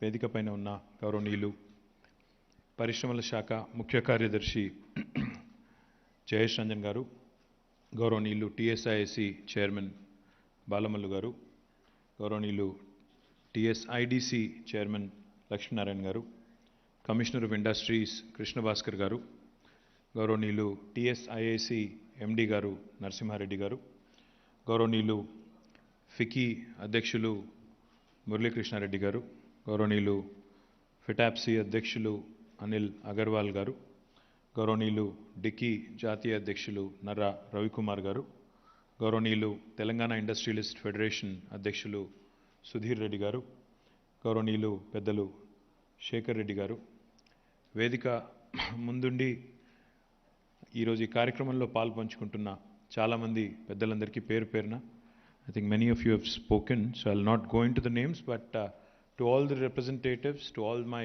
officers, and to all the representatives of various industry bodies, I firstly thank you for joining us today, and I thank the friends from media as well for being patient and for bearing with us. Firstly, I should tell you one thing. Nobody's really asked us to come out with an annual performance report. It is a metric that we have kept for ourselves. We said, we have to measure ourselves every year in terms of performance, in terms of how we have accomplished what we have set out to accomplish. So therefore, I would like to compliment, whatever kind words have been said. Many, many kind words have been said, attributing a great deal of, success to me and Jayesh. But I think, as a matter of fact, one individual or two individuals cannot bring about this sort of an effect. I think it is my entire team, Industry and Commerce Department's team, who really deserve a big round of applause. Starting with Principal Secretary all the way down to every single individual who is part of my Industry and Commerce Department. Firstly, I'd like to express my heartfelt gratitude to them, because I think no individual is a repository of wisdom, no institution is a repository of wisdom. Every day is a constant learning for all of us. So whatever we have been able to accomplish, in the last 8 years is thanks largely to the multi-stakeholder approach that we have taken. All the industry bodies have cooperated with us. We have been given many kind opportunities to represent ourselves on various world forums, which again we are thankful to those industry bodies as well. And of course, without the support of the small, the micro, the medium, and the mega investors, no state will continue to progress. So I thank the entire industry community, the stakeholders who are the most important stakeholders. Now, I also felt at one point when everybody was praising, I was a bit worried as well. Typically they do that only when you're retiring. So I was a bit worried. कि क्या ये लोग मुझे भेज रहे हैं क्या कहीं कि why am I getting so much? So thank you Shekhar Anna for that. Thank you Shekhar Reddy Garu for that nice speech you gave. But I am very confident that good work will be rewarded, good work will be recognized. So I'm a very confident person in public life that people will recognize good work. So I am not going to retire anytime soon. You can be rest assured. I'm going to be around for a while. Now, just a quick thing, no matter what I say in terms of numbers, I think the fact is, there was a time in 2014 when the state was newly formed. There were lots of doubts. Like Mr. Murali Krishna Reddy said, a lot of people were worried as to what would happen to the industrial IT ecosystem in the state of Telangana. I think after 8 years, we can successfully and very proudly and happily say one thing. There was a time when we had to make a lot of effort to introduce the new state of Telangana to the world. But now, 8 years later, wherever I go, wherever my team goes, wherever my directors from the industries department go, wherever my officers go, we are always, without even us having to be there to remind anybody, we are now mentioned in the same breath as some of the most progressive, some of the most well-settled, industrialized states which have been there for a very long time. Typically in India, wherever you go, people talk about Tamil Nadu, people talk about Karnataka, Maharashtra, Gujarat. Now, not a day goes by, not a meeting goes by without the mention of Telangana in the same breath. Now, that is a testament. That is a telling comment and a testament to the kind of presence we've been able to create, to the kind of visibility we've been able to bring to Telangana. Now, this, of course, did not happen in a single day or in a single month or even a single year. Led by our Honorable Chief Minister, Shri KTR Garu, right from the top. I think that will has percolated all the way down to various departments, down to various officers, and the entire administrative machinery. And that's why you are seeing results today.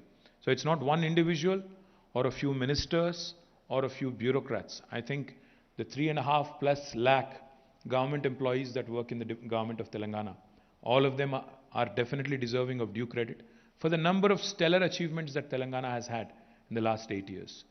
Now, one thing I will tell you, which I believe, is the real mantra of Telangana. What happened and how things have, evolved in Telangana is because of the 3I mantra.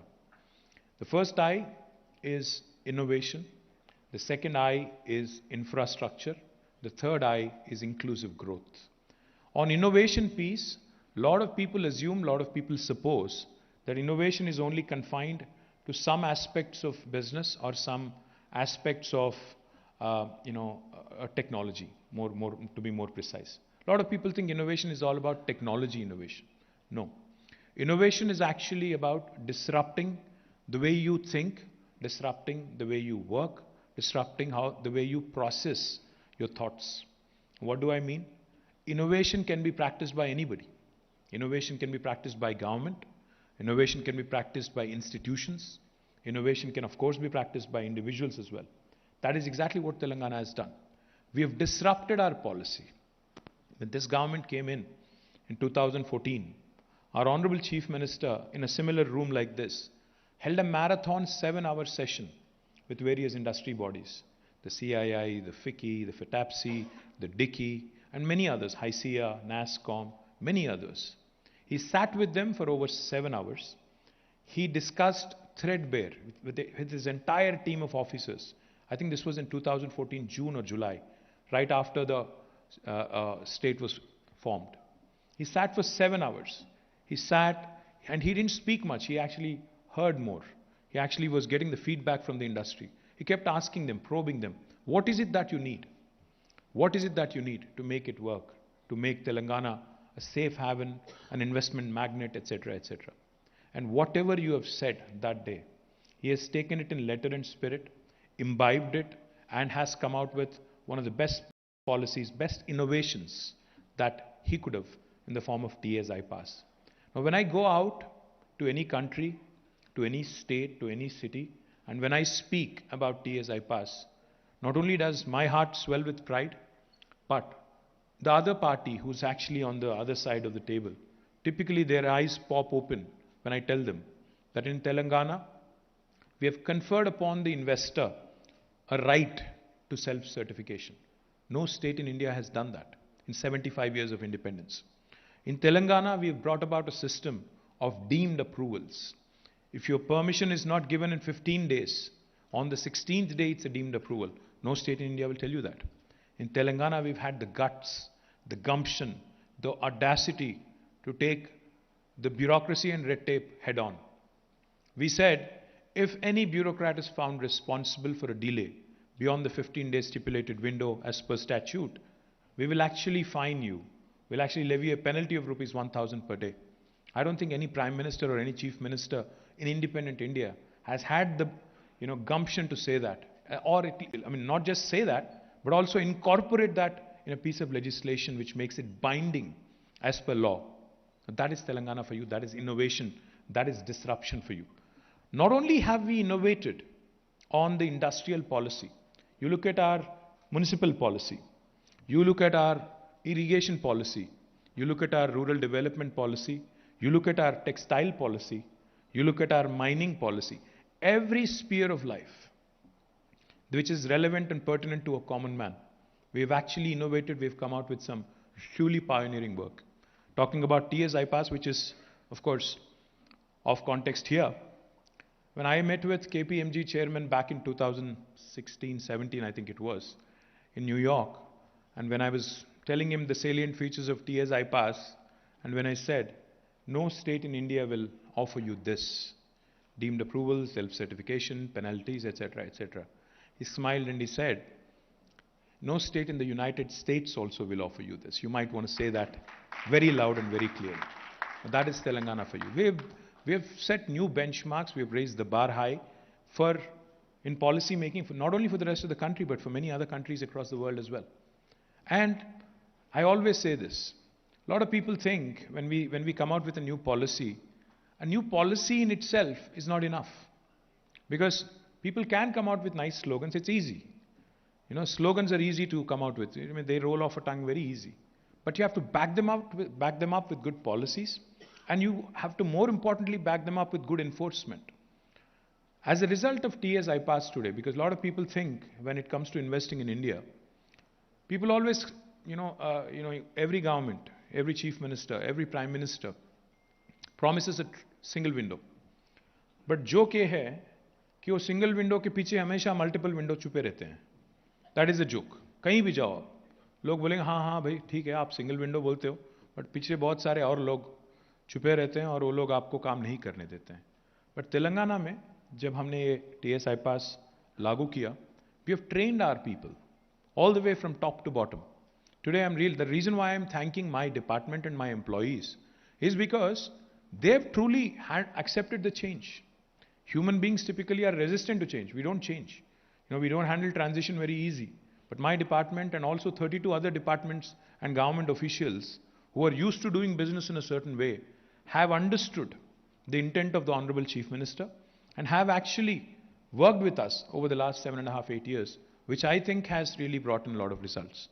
So TS iPass, today I'm happy to share with you all, of course, give you the exact numbers.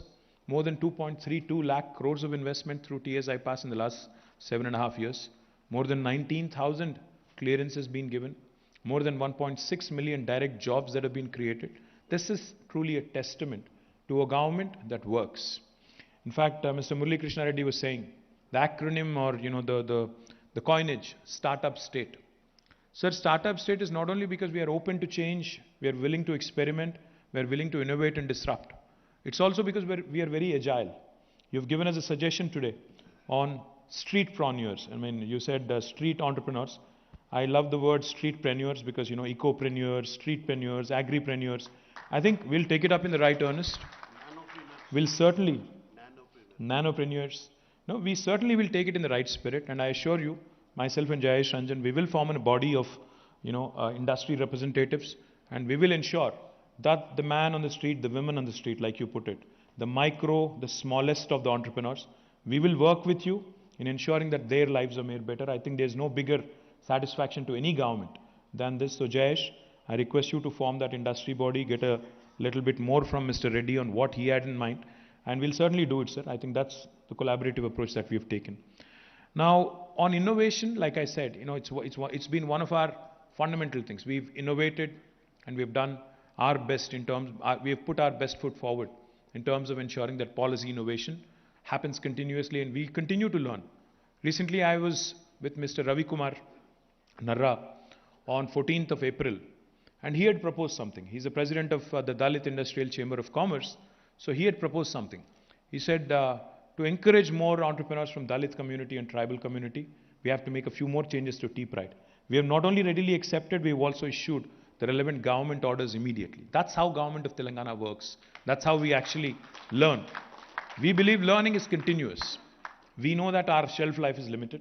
Therefore, learnings are continuous. We learn from you. We understand from you.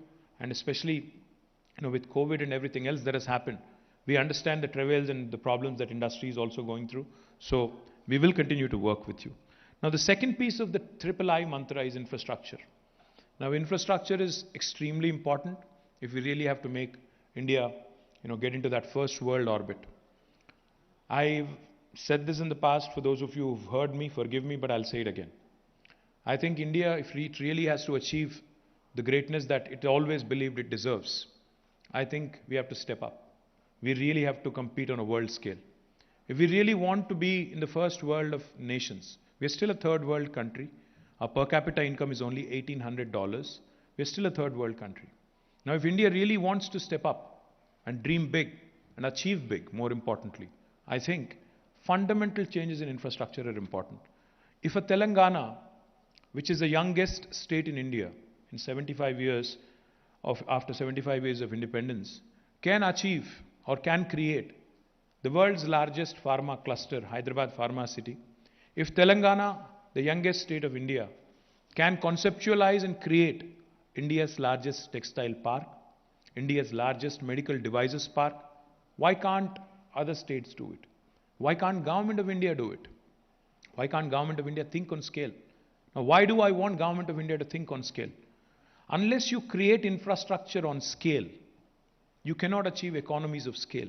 And unless you achieve economies of scale, our entrepreneurs, our industrialists cannot compete with the large manufacturing countries like United States, like China, like Indonesia, like many other countries which have done exceedingly well in manufacturing.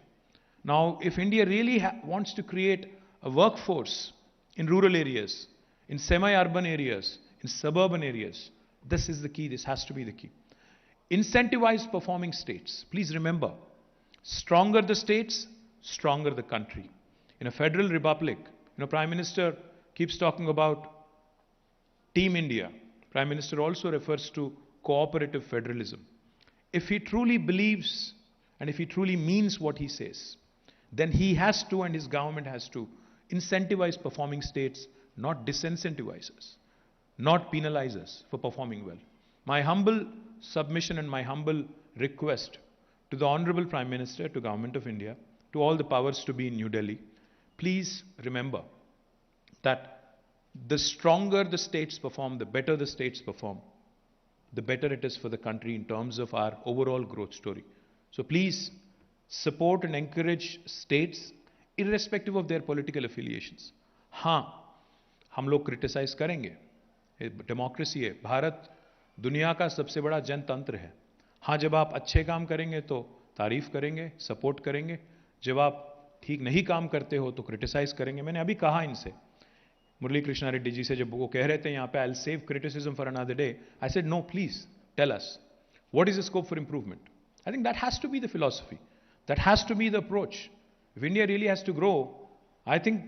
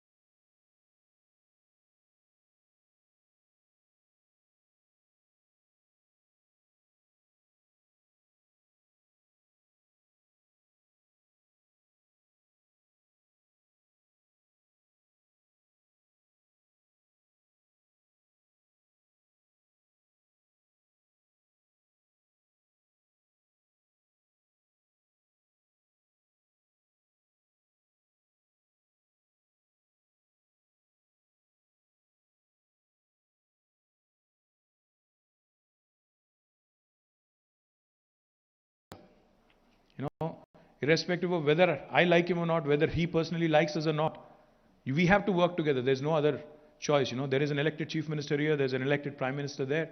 We have to work together for the benefit of the country, and then the politics can wait. My humble request to Government of India also on infrastructure. When Telangana has come out with the International Center for Arbitration and Mediation in Hyderabad, the least you could have done is encouraged us.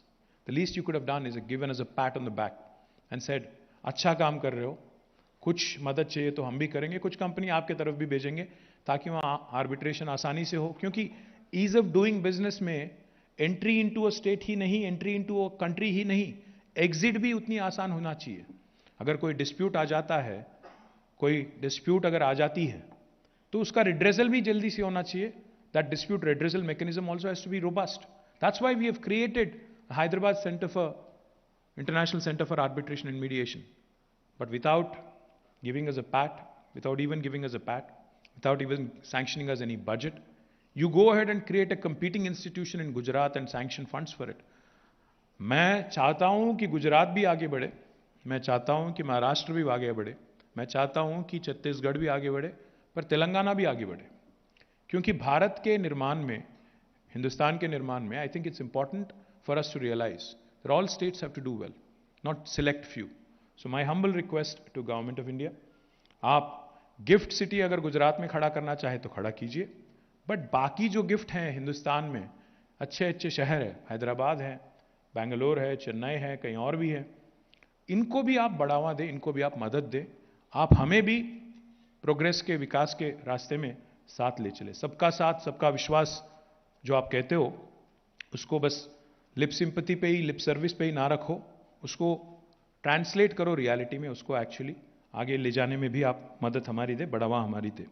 और आखिरी में मैं इतना ही कहूंगा on the inclusive growth piece. When I say inclusive growth, I am not talking politics. Inclusive growth is about what Mister Reddy was mentioning. Inclusive growth is about ensuring that your street entrepreneurs are also taken care of, and at the same time, inclusive growth is about taking care of the mega investors who have come into our country. Now that is inclusive growth.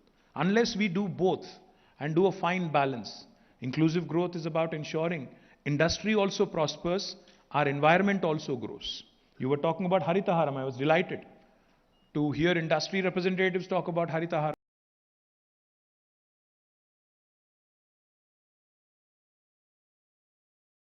Fantastic. Because Masood was mentioning Haritaharam and we don't talk about it often. ज़्यादा glamorous नहीं है, क्या करें, इसलिए ज़्यादा बात नहीं करते हैं. तो अगर ये दोनों साथ साथ नहीं चलते, इंडस्ट्री को बढ़ावा मिलना चाहिए. పరిశ్రమ పెరగాలి, కానీ పర్యావరణ హితంగా పెరగాలి. పరిశ్రమ పర్యావరణాన్ని ధ్వంసం చేసే విధంగా పెరిగితే it's not acceptable. That is what our Honorable Chief Minister has said. So when I say inclusive growth, Telangana is that unique state, is that one very, very interesting, shining example, and that's the reason why I call it the most successful startup of independent India. You see a very balanced development model here. You see IT exports growing by 26%. You see agriculture output also growing by, increasing by 119% over the last 8 years. You see industry growing, you see environment also growing. You see welfare happening, you see development also happening. You see rural development happening, you see urban development also happening. This is a very unique model. This government is not lopsided in its priorities. That's what I meant when I said inclusive growth. You have to have the streetpreneurs, you have to have the megapreneurs, you have to have the ecopreneurs, agripreneurs, nanopreneurs and other emerging technologies also going hand in hand. We can't just take pride that Tata yahan pe जहां भी एक जहाज उड़ रहा है, हवाई जहाज, मसूद ने कहा कि हर जहाज में हैदराबाद का एक पार्ट होगा, हैदराबाद में बनाया होगा एक पार्ट होगा. बहुत खुशी की बात है, बहुत फख्र की बात है. But we also have to take care of the street, the man on the street. That's inclusive growth. So my humble request to Government of India, politics can wait. Economics has to take center stage. Economics has to take a front seat. Because मैं शायद इससे पहले भी कह चुका हूं, फिर से कहूंगा, we are completing 75 years of independence, and I say this with a bit of a pain as an Indian.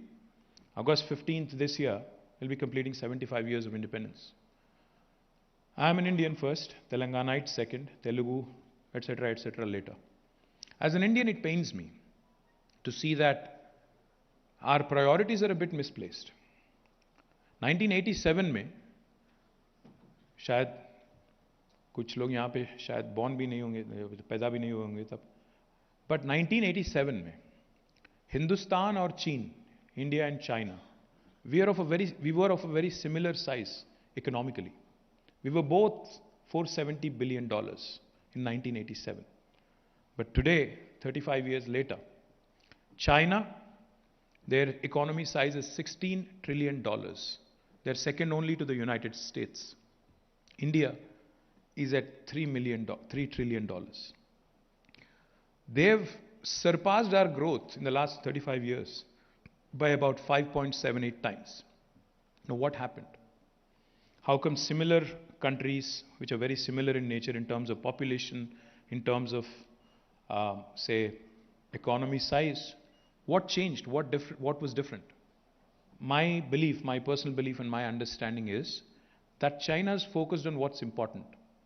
China has actually done some things which are truly stupendous. They've had double-digit GDP growth for 25 consecutive years because they focused on economics. They said politics can wait. And most importantly, China competed with the best in the world. They set their targets on Europe and US. They said we have to beat them.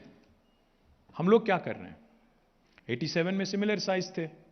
हम लोग यहाँ पे बहुत खुश है. हर दिन comparison हमारी होती है चाइना के साथ नहीं. कंपैरिजन हमारी होती है, मुकाबला हमारी होती है यूएस के साथ या सिंगापुर के साथ, यूरोप के साथ नहीं. हम लोग हर दिन इस बात से खुश हैं कि हमारी हालत जो है पाकिस्तान से बेहतर है, बांग्लादेश से बेहतर है, अफगानिस्तान से हम लोग बेहतर है. इस बात को लेकर हम लोग बहुत खुश हैं. This is where I think India has lost its opportunity, and India still, of course, is still playing catch up. We are still told about this 5 trillion dream.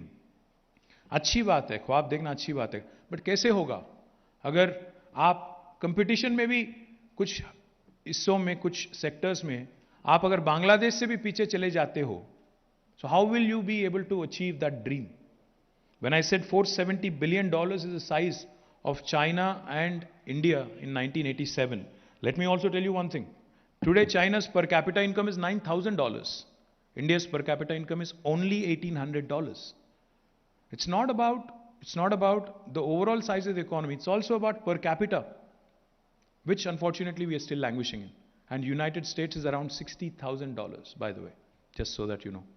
So my humble request again to all of us is, I think we have to work together. I'm not wanting to bore you with an academic discourse, but I think we all have to work together. If a state like Telangana can do a few things get its priorities right and focus on few important sectors. What is in the offing today in Telangana, just so that you know, and what China has done since '87, is it has focused on manufacturing and agriculture and food processing and value addition. And in Telangana, I can assure you of one thing.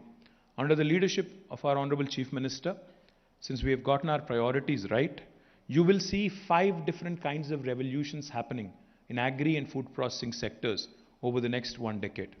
You will see, you are already witnessing a green revolution, which is in the offing and which is shaping up really well. You will also see, we are number 1 now in inland fisheries in terms of fish production, which is called a blue revolution, which is again in the offing. And we are setting up a large aqua hub in one of our reservoirs. It is going to be India's largest aqua hub, which will give a further fillip to more production of fish. And as was being mentioned by Ravi Kumar Garu, even trout is being produced from Telangana today, which is a matter of great pride for us. Because we were not a state traditionally that was known for inland fisheries. So a blue revolution is in the offing. The third thing I'll tell you, which is white revolution, dairy industry, shaping up rather well with government's encouragement and mini dairies and a lot of other activities coming in. White revolution is also in the offing. The fourth thing that is likely to happen with sheep rearing and animal husbandry is pink revolution, meat processing.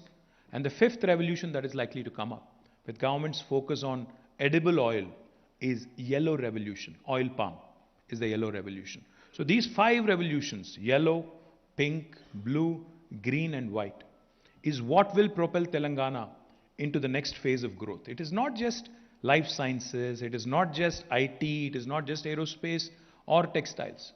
These are the sectors that are going to give a huge shot in the arm for the rural sectors, rural areas. And I am a very firm believer that next phase of growth, next spurt of growth will also come from these areas.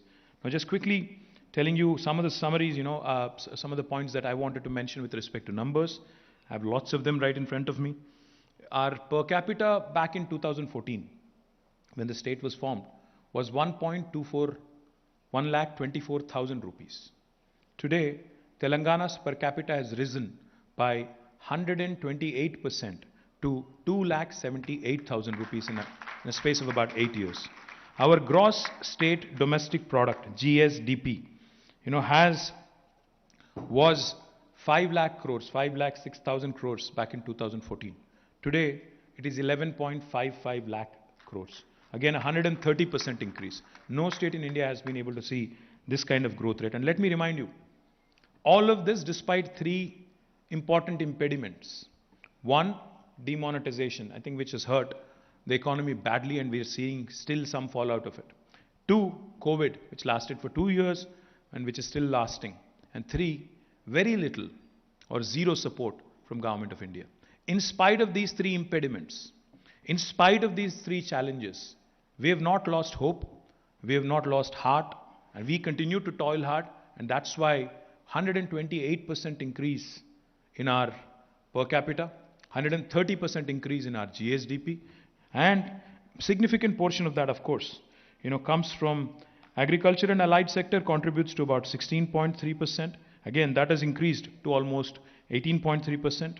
Now, industrial sector, our contribution to the state's GSVA is about 20.4%. And again, thanks largely to TIDR, TSI Pass, T-Pride, etc., etc. The services sector has also been growing at 18.3%. Now, most important and impressive, figure for me from a personal perspective is Telangana is the 11th largest state geographically in India among all the 28 states. We are the 12th largest state in India in terms of our population. But we are the 4th largest contributor to India's economy among all the 28 states. Now that is the power of Telangana. We are only 2.5% in terms of our population in the country. But our contribution to the GDP of the nation is 5%. Just to put things in perspective, हमारी जो population है 4 करोड़ है, contribution 5% है. उत्तर प्रदेश की population है 24 करोड़ उनकी contribution 15% है. Just to put things in perspective, just to let you know how well Telangana has done over the last years. Now, like I mentioned, we've been able to attract large investors, but what's even more impressive is we've been able to continuously create infrastructure. The TSIIC has been consistently involved in creation of new industrial infrastructure parks. Of course, the report will tell you more about how many parks have been created last year, in the last 7 years, etc., etc. I'll not go into the numbers because they're not very, I mean, they're boring. So therefore, I'll not go too much into the numbers. Number of new companies have come in: Gokuldas, Malabar Gold, Pokarna. I'm only talking about last year, last 1 year's report, since this is Denmark's Integrated Gas Technologies, Plug and Play Tech Center, Bosch, a German company, Drillmec, again an Italian company, Grimner. All of these, have come in the last year. And let me give you a sector-by-sector kind of a breakup. In pharma sector, which is again one of our strong areas, life sciences. For those of you who do not know, we are the vaccine capital of the world. 1/3 of human vaccines are actually produced from Hyderabad, 9 billion doses.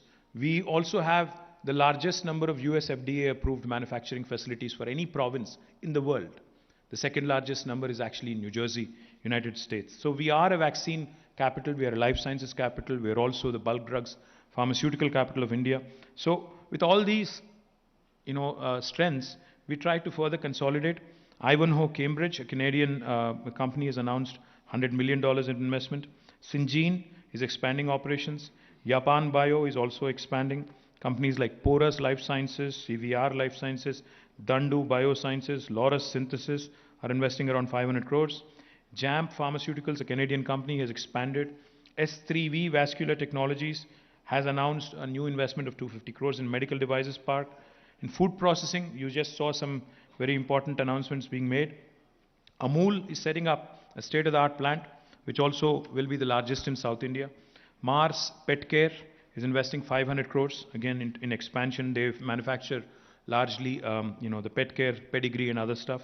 Fishin, a large American company, an aquaculture major.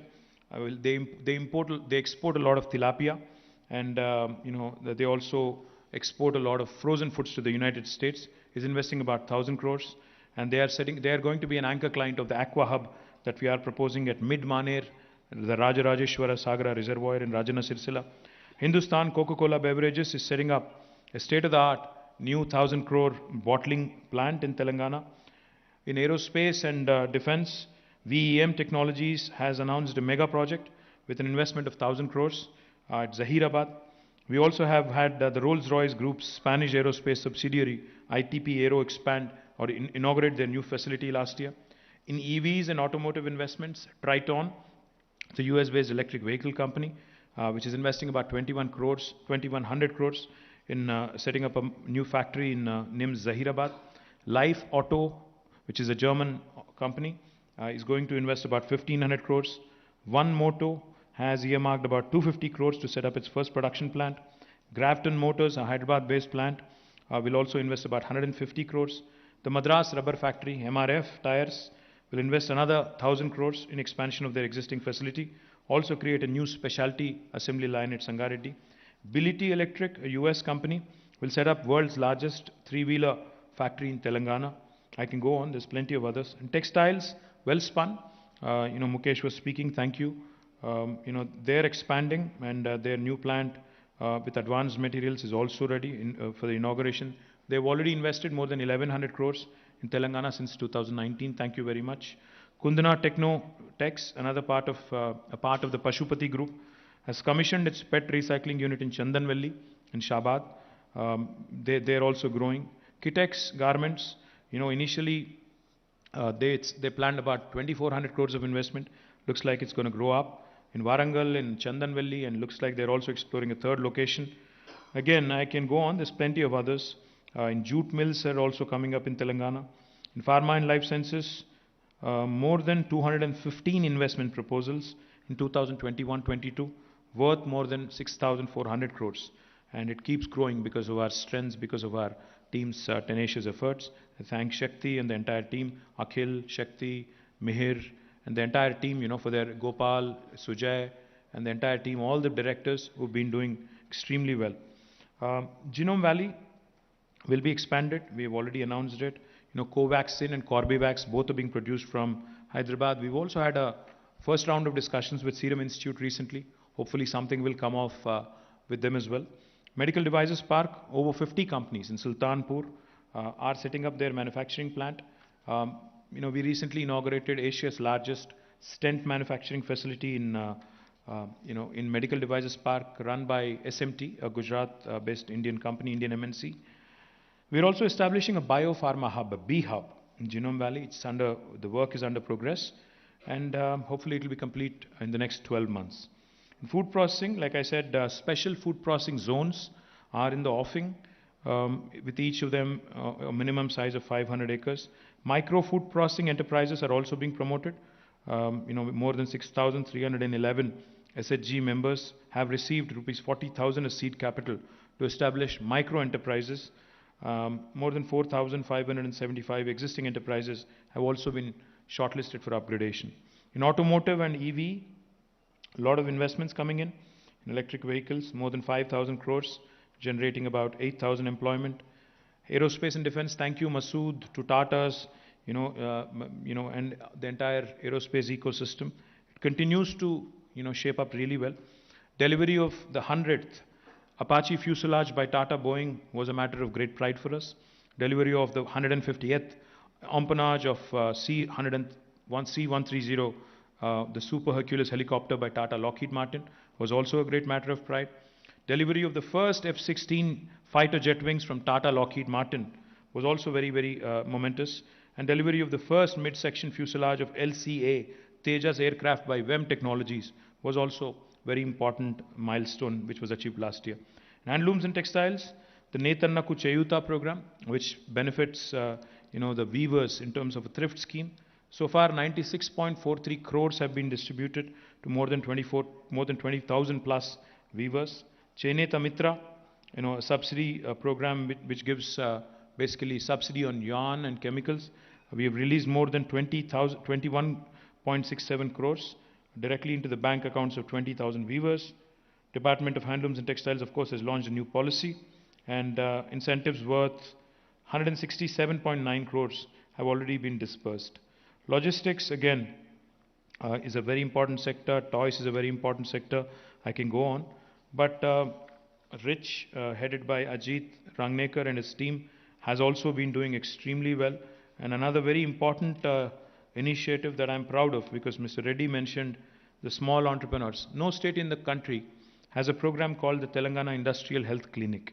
What we do here, sir, is we work with the small and micro enterprises who are in incipient 6th stage, and without financial intervention, we've been able to negotiate with banks, get them funded, and so far the value of funding, so that they actually don't end up as sick industries. But I request both FICCI, CII, FITAPSI, all of you to work with us, because I think it's important, like you said, the big boys might not need our help, but I think the smaller, the medium, the micro entrepreneurs, of course, need all the help from various industry bodies, from various government agencies and banks. So I request your unstinted cooperation there as well. Mr. Ranjit, was very complimentary, and he said, India's largest chili extraction plant is in Telangana. Delighted that, you are expanding. Food processing continues to remain a very, very important sector. Mahesh ji of DP, thank you very much, sir, for pointing out that industrial production is ramping up in the erstwhile Mahbub Nagar and New Rangareddy districts. Logistics, again, by virtue of our geographical centricity in India, Telangana has a lot more potential in terms of logistics. As we continue to expand our manufacturing presence, as we continue to attract more and more manufacturing companies to Telangana, I think logistics sector will also blossom simultaneously. I wanted to thank Masood and, of course, Mukesh, who also spoke, and all the other dignitaries, Mr. Agarwal, Mr. Reddy, Mr. Shekhar Reddy, again, and to both of my chairmen, Mr. Lakshmi Narayan and also Balamallu Garu, for their unstinted support. But most of all, Jayesh Ranjan, E.V. Narsimha Reddy, Krishna Bhaskar, and the entire team of Industries Department. Thank you for all the hard work, for the brilliant work that you guys have put in. I think you guys deserve all the credit. Thank you very much. Jai Telangana. Jai Telangana, and thank you so much, our Honorable Minister, for always motivating and inspiring all of us here to excel in our respective areas of work. And yes, ladies and gentlemen, like I had mentioned, yes, it's a matter of great pride that the MSEFCs, they have, for Rangareddy and Mechal districts, they were awarded, they ranked #1 out of 126 similar MSEFCs. So I request the GMDICs from Rangareddy district to please step forward first. Our Honorable Minister will be felicitating you. Rangareddy district and team. The GMDICs from Rangareddy district.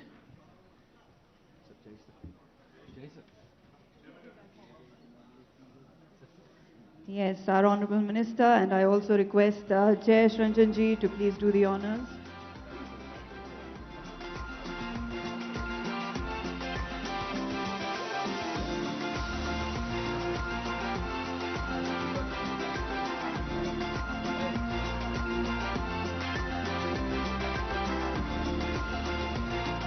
I request Mechal district and team to please step forward. Yes, all the GMDICs from Mechal district.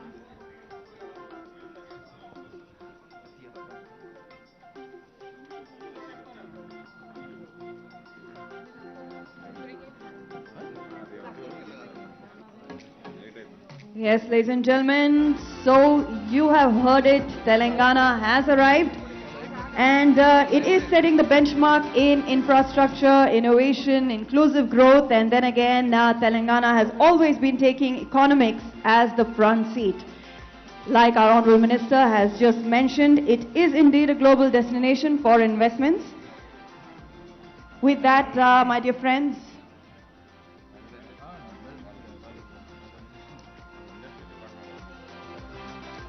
yes, please step forward. We have felicitation to our Honorable Minister. Yeah. Alip Ramadevi. Alip Ramadevi. Kovi Jyotsna.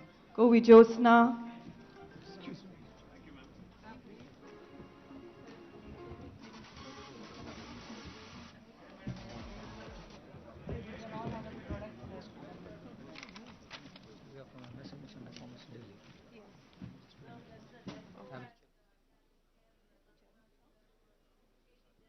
Yes, we have Mr. Devraj Dasari, Chairman, MSME from Delhi. Yes, I would now first give it away to Mr. D. Krishna Bhaskar, IAS, Director of Industries, to propose the vote of thanks. To the respected Honorable Minister, the respected Principal Secretary, the respected Chairmen of TSIC IDC, Sri Narra Ravi Garu, the MD TSIC, Sri Sudhir Reddy Garu, Sri Anil Agarwal Garu, Sri Murli Krishna Reddy Garu, Sri Shekhar Reddy Garu, and all the dignitaries assembled on the dais.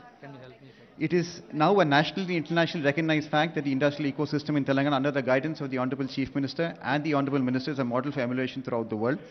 The architecture of our industrial outfit, consisting of the Commissionerate of Industries, the textiles, TSIC, the cane and sugar, all the GMDICs, TSIDC, TS Lipco, RICH, TIHCL, and our very dynamic team of directors from Invest Telangana, has facilitated an extremely strong ecology of growth. I'd like to thank all the industrial associations today, CII, FICCI, DICCI, ALEEP, COWE, TIF, FTCCI, FTCCI, FLO, ISOCAM, and everybody else who's come today and make this event a complete and grand success. We are your cheerleaders as much as you are ours, and we look forward to a deeper partnership in the future. Thank you very much.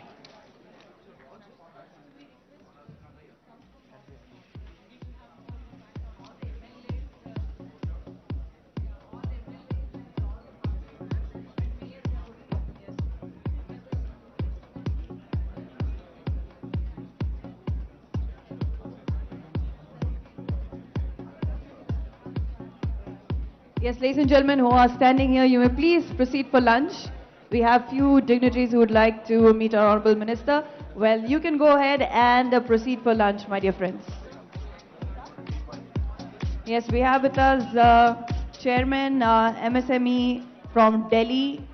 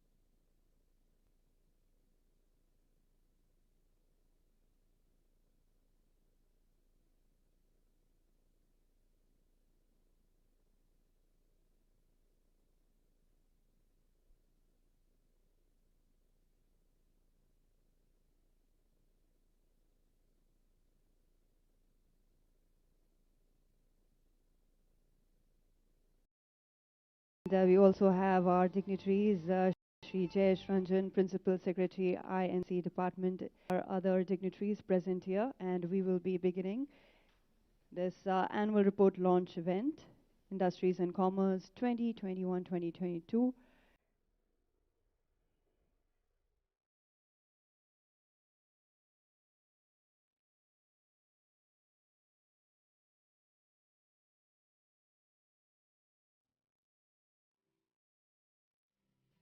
Namaskaram, good evening, yes, good morning, ladies and gentlemen. Greetings from Government of Telangana Industries and Commerce Department.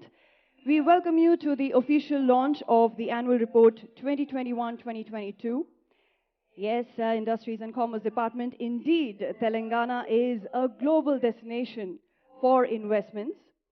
And with that, ladies and gentlemen, we begin with the proceedings of the event today. I would like to invite our esteemed dignitaries to the dais. I request Mr. Sudhir Reddy, President, Telangana Industrial Federation, to kindly please step forward to the dais. And I request Vatsala Mishra and Venkateshekar to kindly please present an exquisite range of plant saplings to Mr. Sudhir Reddy.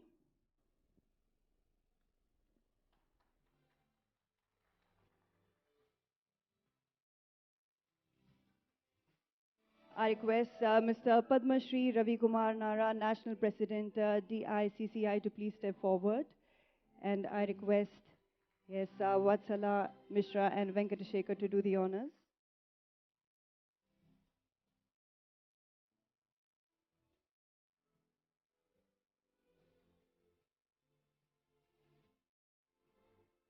Thank you. I request Mr. Anil Agarwal, President-elect, FGCCI, to kindly please step forward.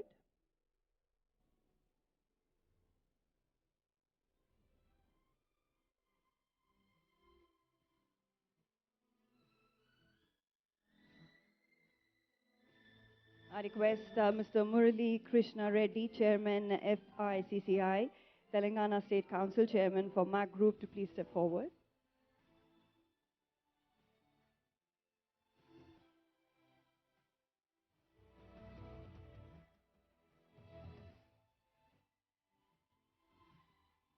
I request Mr. Shekhar Reddy, Vice Chairman, CII, Telangana, to please step forward.